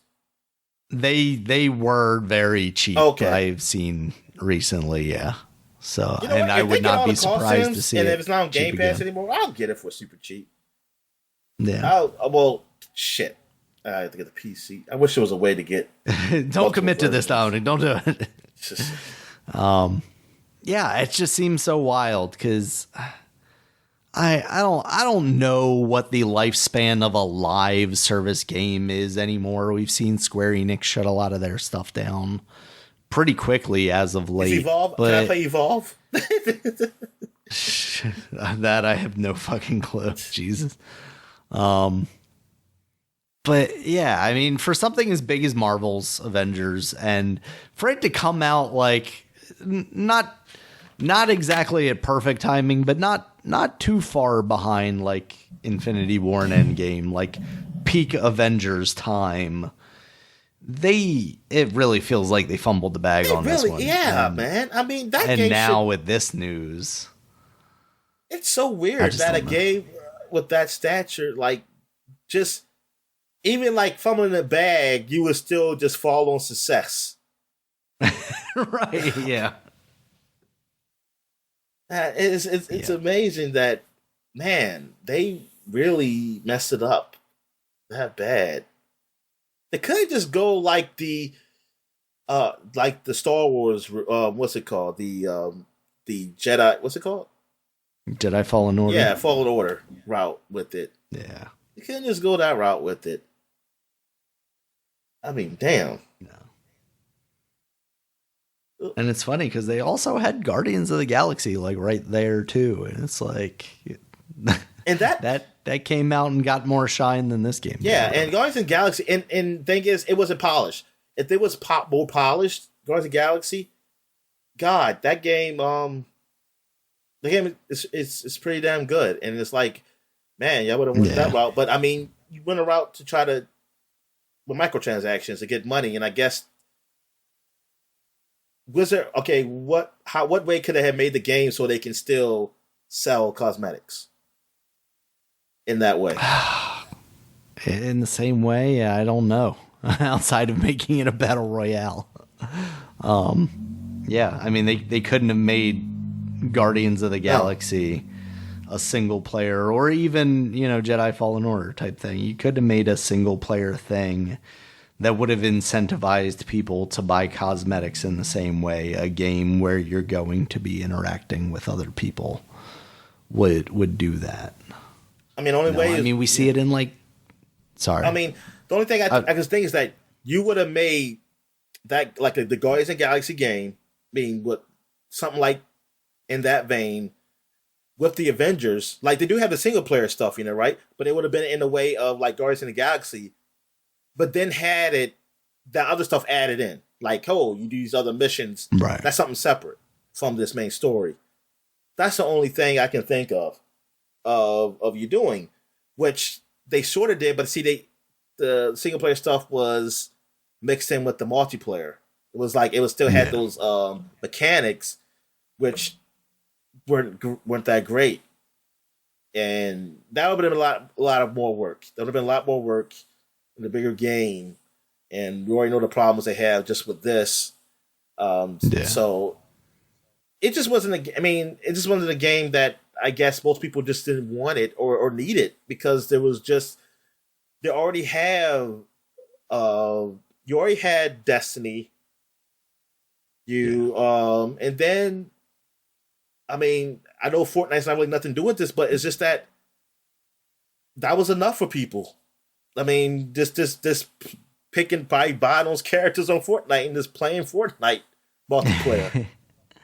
I can't help but wonder if they just made a better game too. A lot of the complaints were like, the gameplay is solid, but the environments that you want me to play in are just true boring. Too. Yeah, I guess we'll never know unless they made a better game, and they did.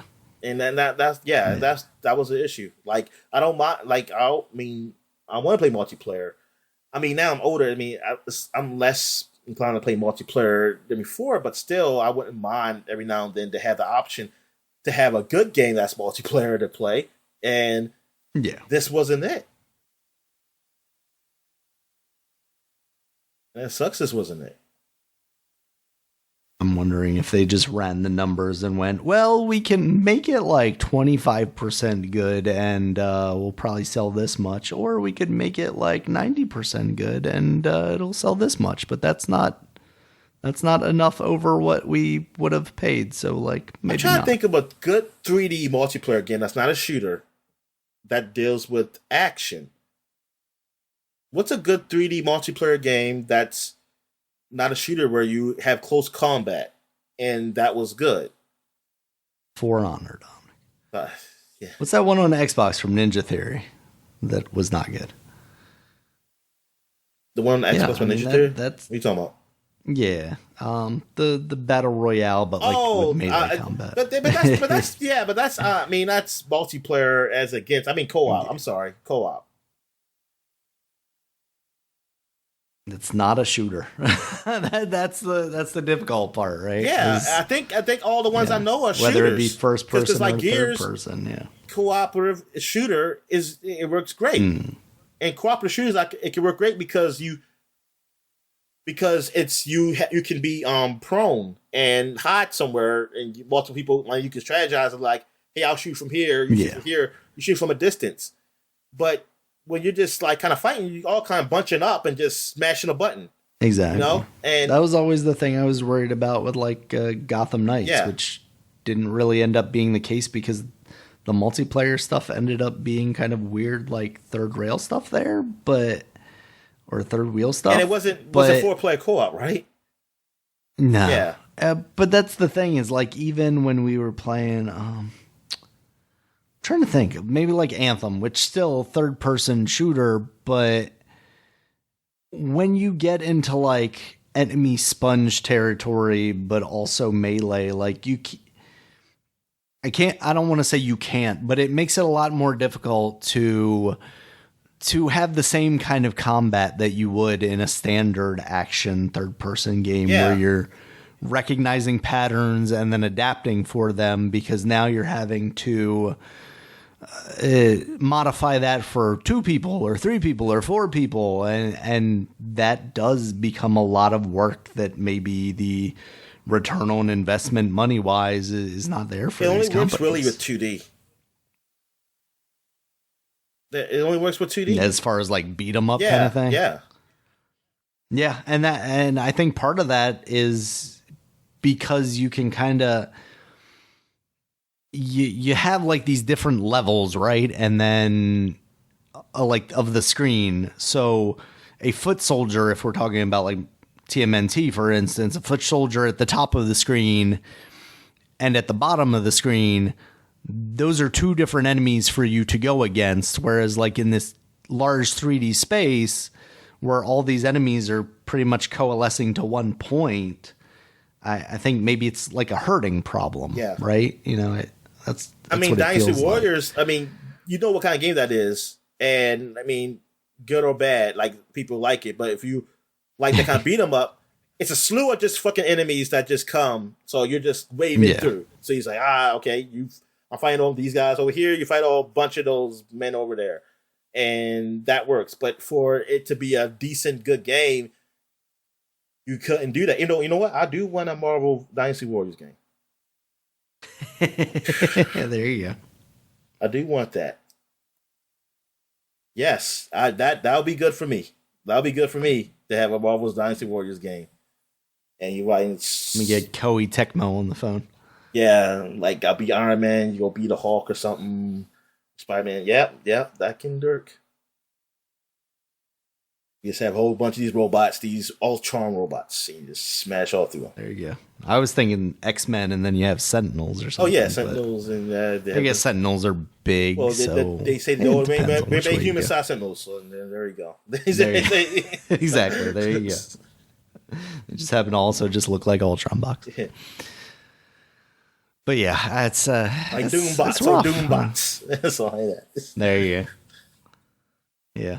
I mean, I don't envy any of the people having to make these decisions in video games right now. It definitely seems like it's hard, but at the same time, like it seems so crazy that they've really messed up one of the biggest properties. What feels like so quickly, despite the fact that that game came out in what, 2019? Now I'm thinking about Suicide Squad. Was Suicide Squad supposed to be co-op?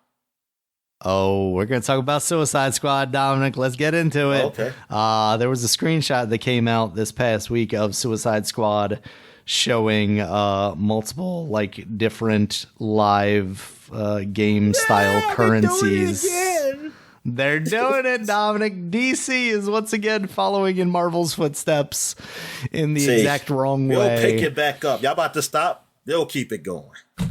And the crazy thing is, like, up until this point, I don't know if I was actively ignoring it, but I never thought of it as being like a live service style game. I thought it was going to be like Guardians of the Galaxy. Yeah, me too. I didn't think it was gonna be like Gotham Knights. Yeah, exactly. And coming from Rocksteady, like the pedigree is there. We're like, all right, this is gonna be an awesome first single player experience. You're gonna have this multiple Suicide Squad. That's whatever, okay. But like, is this really the route we're going with this, Dominic? What the hell? Disappointing. Damn. I'm a little less interested in the game. I mean, I'm still interested, but not as much. I mean, so I'm thinking like, this sucks. Yeah, it just I do not know. This game has not been in development. Well, let me not say that, but it feels like it has not been in development long enough to not be able to learn from the mistakes of Marvel's Avengers. That's all I can say about that. Like, what the fuck are we doing? It's ridiculous. Yeah. It seems like right now, all the places I'm looking for that image is no longer available. But yes, it includes the words Battle Pass in there. So that's the kind of game we're talking about with this. No. Yeah. Yeah. Real bad. All right, Dominic, in some less bad news, maybe some positive news, Microsoft did announce that there is going to be an Xbox Developer Direct occurring on January 25th, so in this upcoming week. It is going to include titles like Redfall and Forza and Minecraft Legends, which I keep forgetting is not out already. Bizarro Christmas. That's what's happening on. It will apparently not include Starfield. Apparently they're planning like a separate event for that. There has also been rumors going around that Starfield may be delayed again. I don't think it's anything that's been substantiated yet, but there's definitely a lot of talk around that, and this has only spurred that a little more since they're not getting out here and showing it off. I really hope that's not the case, because for their own sake. They need to put things out sooner rather than later. Now, and they still need to have something for the end of the year too. I don't know what that's going to be. There's already a meme like next year is going to be the year. It's going to be the year of Xbox next year. Yeah. And that's what it feels like. I mean, we talked about it before, but like there's so many games that Xbox has announced, you know, Perfect Dark, Fable, all that kind of stuff over the I can't remember the name of it, but the one from the New Vegas guys, Obsidian, the Obsidian like Morrowind looking fucking game, Elder Scrolls looking game, and Avowed, Outer World too. Yeah, Outer World 2 even. Yeah, there's so many games, and it feels like every year we squeak by with like, we were supposed to release this year, but it looks like it's coming out next year. So this really feels like a year where, no offense to Redfall, but it doesn't seem like that's going to be a big title. No, like that it's weird to me. That could be a compliment title. Like say, hey, that was a title that came out this same year as this great game. Yeah, absolutely. Yeah. Because the crazy thing to me is like Redfall, I know what Redfall is, but I've been listening to podcasts recently where I've heard 2 separate podcasts act like they've never heard of like, oh, Redfall, I've heard that name, but I don't know what that game is. And it's like, man, that's a title. That's a thing that people have forgotten about. Holy shit. Like it seems so weird to me. But that speaks to like the level of like, it's not going to be the one. So you need Starfield. And as far as I'm concerned, I don't know what it's going to be because unless they've got like Perfect Dark. Ghostwire Tokyo. Ghostwire, man, Dominic. Last year was Deathloop, so you know maybe. Yeah, I mean, I don't want to take away from Pentiment, but that's another one of those. Like, this is a really good game, but it's a compliment game. This is not the AAA big title game. So I don't know where Perfect Dark is in development, but it almost feels like that's what they need at the end of this year to really feel like they're hitting their stride. What was that? Gears. Or I mean Gears, but we haven't even heard anything about Gears. That's why I didn't. It haven't come out. That's why I didn't mention that, because I don't know if you want to put yourself in the position of we have all these games that are announced, and also here's another one, but this one is actually going to come out soon. I think at the end of the day, if that game comes out and is good, everybody's going to not worry about those other games too much. But the initial reaction, I feel like, is going to be like, oh, look, another fucking game that Microsoft's going to announce and isn't going to come out until it actually does come out. So I wonder. I mean, I was thinking about it earlier. We were talking about doing predictions today, because I was like, man, like what does Sony really have coming out this year? But they have Spider-Man allegedly, and that's kind of the only one that I know off the top of my head. Now they do have, as far as like exclusives, Final Fantasy. They also have the other Final Fantasy. Yeah, 2 of them. So those are big.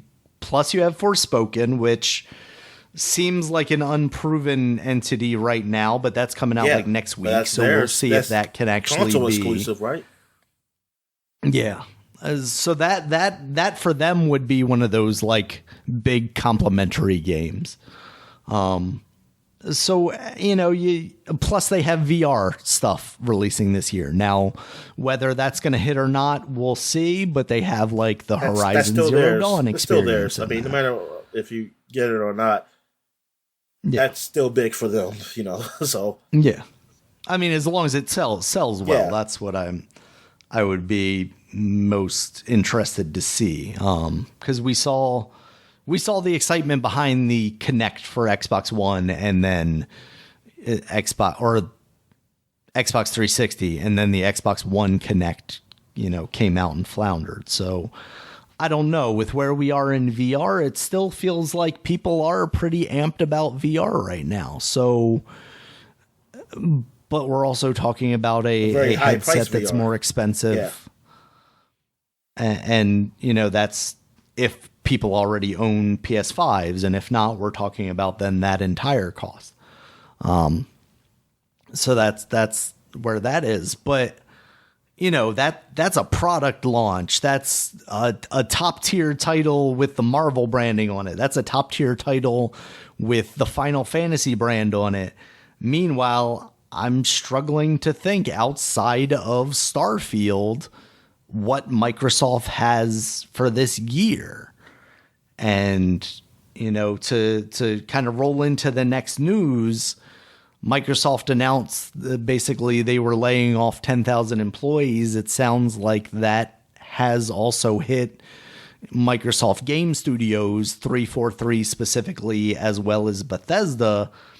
Here we are talking about the launch of Starfield and the potential of a delay for that game, but also the potential that studio that has to have people working on that game may have just downsized. And for 343, a Halo studios. That's not in... What's that? And it's one of their top studios because it's based on one of their top franchise, Halo. Exactly. And further to that point, Halo. Like, Halo came out, was getting high praise there for a while, and then just feels like it went the fuck away. And now, from the little bits that I hear, it is not in the best state. Meanwhile, you're losing people. You're actively getting rid of people. Yeah, you're my not friend losing tried out people. the co-op. These people aren't finding new jobs. Co-op for Halo Infinite. He was playing with one of his friends from his job. He said there were some problems with. He said he liked the game. Because that was the first time he ever played the game was with playing when they finally got co-op. Okay.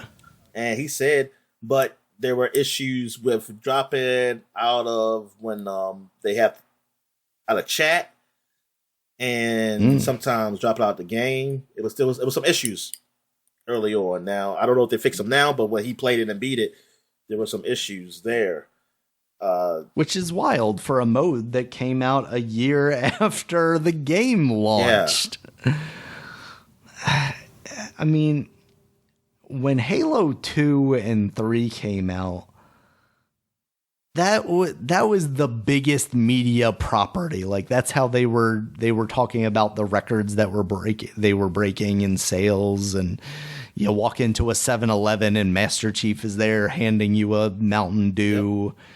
Yep. And a bag of Doritos. And here we are, like a year and a couple of months after the release of Halo Infinite, and just it doesn't feel like the top tier franchise that Microsoft used to treat it as. It seems so crazy to me that Microsoft, despite my initial feelings about Halo, but despite that, debuted that series and made it into one of the biggest properties in the world off of the original Xbox, which wasn't that big a property in and of itself. Took the success of the 360 and spun Halo 3 into the biggest game in the world there for a while. And now we're in this like sad state of disrepair where you're basically, I don't know, but we'll use maybe exaggerated language here. Gutted the studio because the rumors are now that they're not going to be developing Halo in-house anymore. They're going to be having outside developers do Halo and basically have 343 be the overseers and make sure that it's good, I guess. I didn't remember this, although it kind of sparked like a little bit in the back of my brain that apparently Halo 4 at some point before they kicked up the whole 343 thing was going to be developed by who are the Borderlands guys with Randy Pitchford? Gearbox. I didn't know that. Yeah. apparently that was a rumor or something that had been talked about at some point. And I wonder how much of that not happening had to do with like aliens, colonial marines, and kind of that history.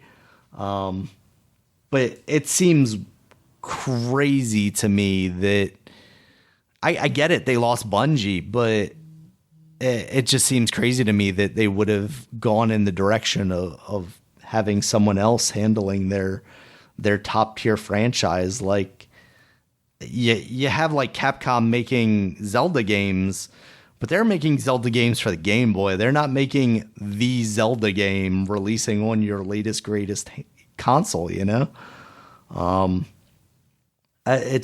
It seems wild. But at the same time, like spinning these studios up, I'm sure is an immense amount of work. You have to find the talent all the way from management down to, you know, graphic designers, graphic artists, stuff like that.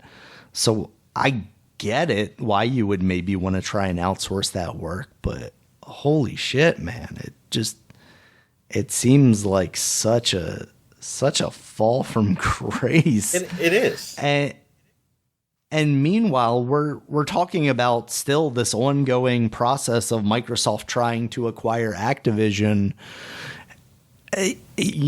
All the talk I did of it last year and being so positive on it, like in a matter of days, it has me questioning like whether that's the right idea, because the reality of it is I was looking at it as like, oh yeah, well, one, you can't get much worse than the way Activision is being run right now. And we would maybe see the return of you know, things like Tony Hawk and Crash Bandicoot and stuff like that. But now that like my rose tinted goggles have been taken off and I'm like looking back at the couple of years under Phil Spencer and the way that Microsoft has gone with these previous acquisitions where you haven't really seen that much product come out. Now, obviously, COVID hit, but as big as an excuse as that can be, as we were talking about before, Sony's been still producing every fucking year somehow. How did they do it? And Microsoft seemingly can't. And well, technically, Activision still come out with Call of Duty. They still came out with Call of Duty every year too. That's true. So they figured it out too. So maybe it's good to get those guys. Maybe because they can come up with it. maybe it's the experience that they need to provide. Yeah. In management. Yeah, like I just, it's crazy. I mean, I think part of the rose tinted glasses is Game Pass. Like I still think with the product that they put out on there, even as these like complimentary games, as we talked about with like a Redfall, if I can play one of those games at the cost of like $15 a month, meanwhile I can play several other games, whether they be like smaller indie hits or things that came out a couple of months ago, what have you, like it's still hard to not call that a bargain. Yeah, Game Pass that definitely helps with this whole situation. But the thing is, with the whole Activision thing, I'm thinking like, well, what was it before? Like, is it any better than them not getting them? I don't know. Like from my standpoint, just from me as a consumer standpoint, because I'm just thinking like, I want to play those games for free on Game Pass. That's basically it. Same. That is same. it. Business standpoint, I cannot speak on that. I very much do not know about that. All I can speak on as a consumer, and that's what I'm going to speak on. Now as a consumer, like it's sad hearing this news about this because I'm like, man, Darren, what's the future of Halo now, and what's going to happen now? Some people feel like 343. Now, for some people, they probably feel like, man, 343 didn't make no good Halo game anyway. For them, right. They probably thinking like, man, yeah, maybe they need to shake it up. Well, guys like me, I was okay with what the game was. Now, story wise, I'm pretty disappointed to a point where I felt like, I wish they kind of would have went stayed in the universe, but maybe did another type of story. Got away from Cortana and them because that just went weird, and I don't know where y'all were going with that. And I kind of wish there was like a book or something to say maybe understand, let me understand what the hell where y'all going, like before I can understand what the story was, because it went weird in 5. I was like, what the hell y'all doing in 5? It seemed like I kind of stood where we were going in 4. Still, I did not like the names you gave those characters, but it was talking about the Forerunners. So I was like, okay, you're going back to all the technology what that Covenant was using. But then with the Cortana going evil thing, it's like, okay, what? I don't know. You lost me. And then it seemed like y'all were trying to get us back with this one. It's like, okay, we're getting a little back to it. Even though I don't remember anything I actually did in the game. I mean, I remember the things I did, but I don't remember any of the story elements to the game. I have to play it again, and I do want to play it again. I did want to play it again when I played co-op. But yeah, Microsoft, they got a lot to do. Game Pass is keeping it up, but like as far as their first party stuff, they got a lot to build on. Like there is no argument that like Sony is doing better, Nintendo's doing even better. Even though Nintendo, as far as their first party games go, there hasn't been really anything big that I probably care about. I wouldn't mind Kirby. I wouldn't mind playing Kirby though. Pokemon was a little. I don't really care so much about that. But Microsoft, these are the franchises I was looking forward to. Honestly, like I was looking forward to Starfield. I want to get my hands on that. I'm looking. Redfall, I wasn't really looking forward to. I didn't really care about, but the more they showed, I was like, okay, yeah, I'll definitely want to try that out. But like, when the hell is that coming out? Then Gears is really the big one, but I haven't even heard anything about that. Perfect Dark, I would like to see what that is. Outer Worlds, after playing Outer Worlds 1, I definitely want to see some Outer Worlds 2. But I'm not too mad about that because Outer Worlds 1, it was like 3 years ago, I want to say now, that came out. I would think I want to see Starfield first. But shucks, it was 3 years ago. I remember the days when 2 years we see new games. So it'll be a good time to see that, even though it sucked to see it now because Starfield will be coming out. But I'm like, oh well. But then again, I look at it like, well, they did work on Grounded. And Grounded seems to be doing okay for them. I don't care about it. Then what? What other games? The Fable game was announced. Like, I just want to see something. I want to see something big. Like, I want to see something on the level of a Last of Us from them. Not that game. Level as in that a quality game.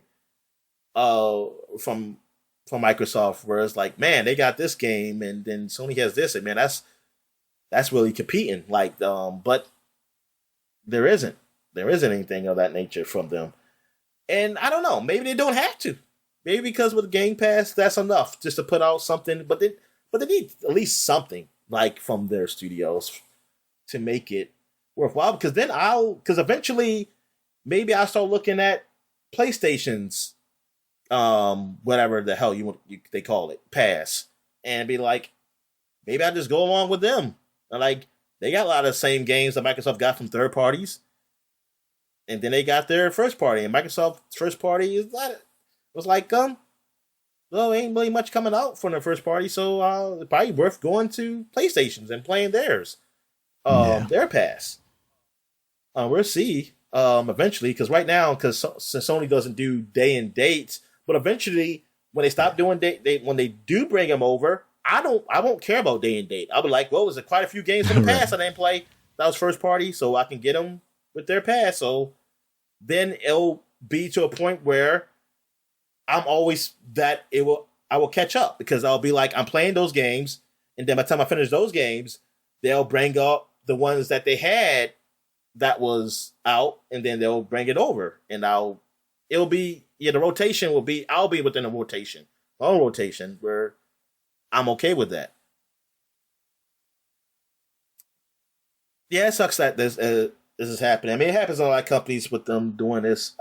Like I said, I can't really speak on it's good, but it doesn't. It doesn't look good. I'm looking at the product, but there's not a lot of product coming out of Microsoft. So seeing layoffs and stuff happen, like not seeing product, like at least good product and or stuff being late, like with Halo. But then again, I guess I could look at it like, hey, yo, y'all disappointed. I'm disappointed what you did with Halo. Maybe this is what needs to be done because of what the disappointment is. I'm not saying it's their fault, the developer's fault. It could be Microsoft's fault. I don't know. Like I don't know. I'm very ignorant to what's going on. I don't think you go by what others say is going on. But but speaking of that, like we might have to wait to do our predictions next week because we talked a lot on this one. we done a lot in this one. We might have to do our predictions next week, so we can just. I mean, you got any more to say on this news? We can go to new releases. No, I think that's about it for right now.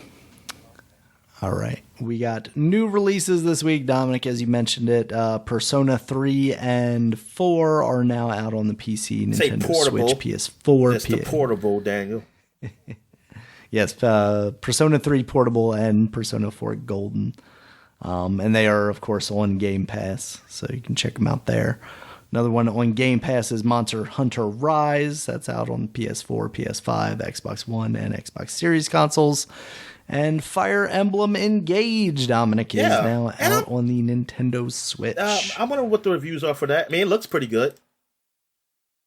From what I've seen, they're lower than Three Houses. Wow. Well, Three Houses I do like. I mean, I like the Dynasty Warriors one, but Warriors, but it makes me want to play Three Houses. It makes me want to play Three Houses.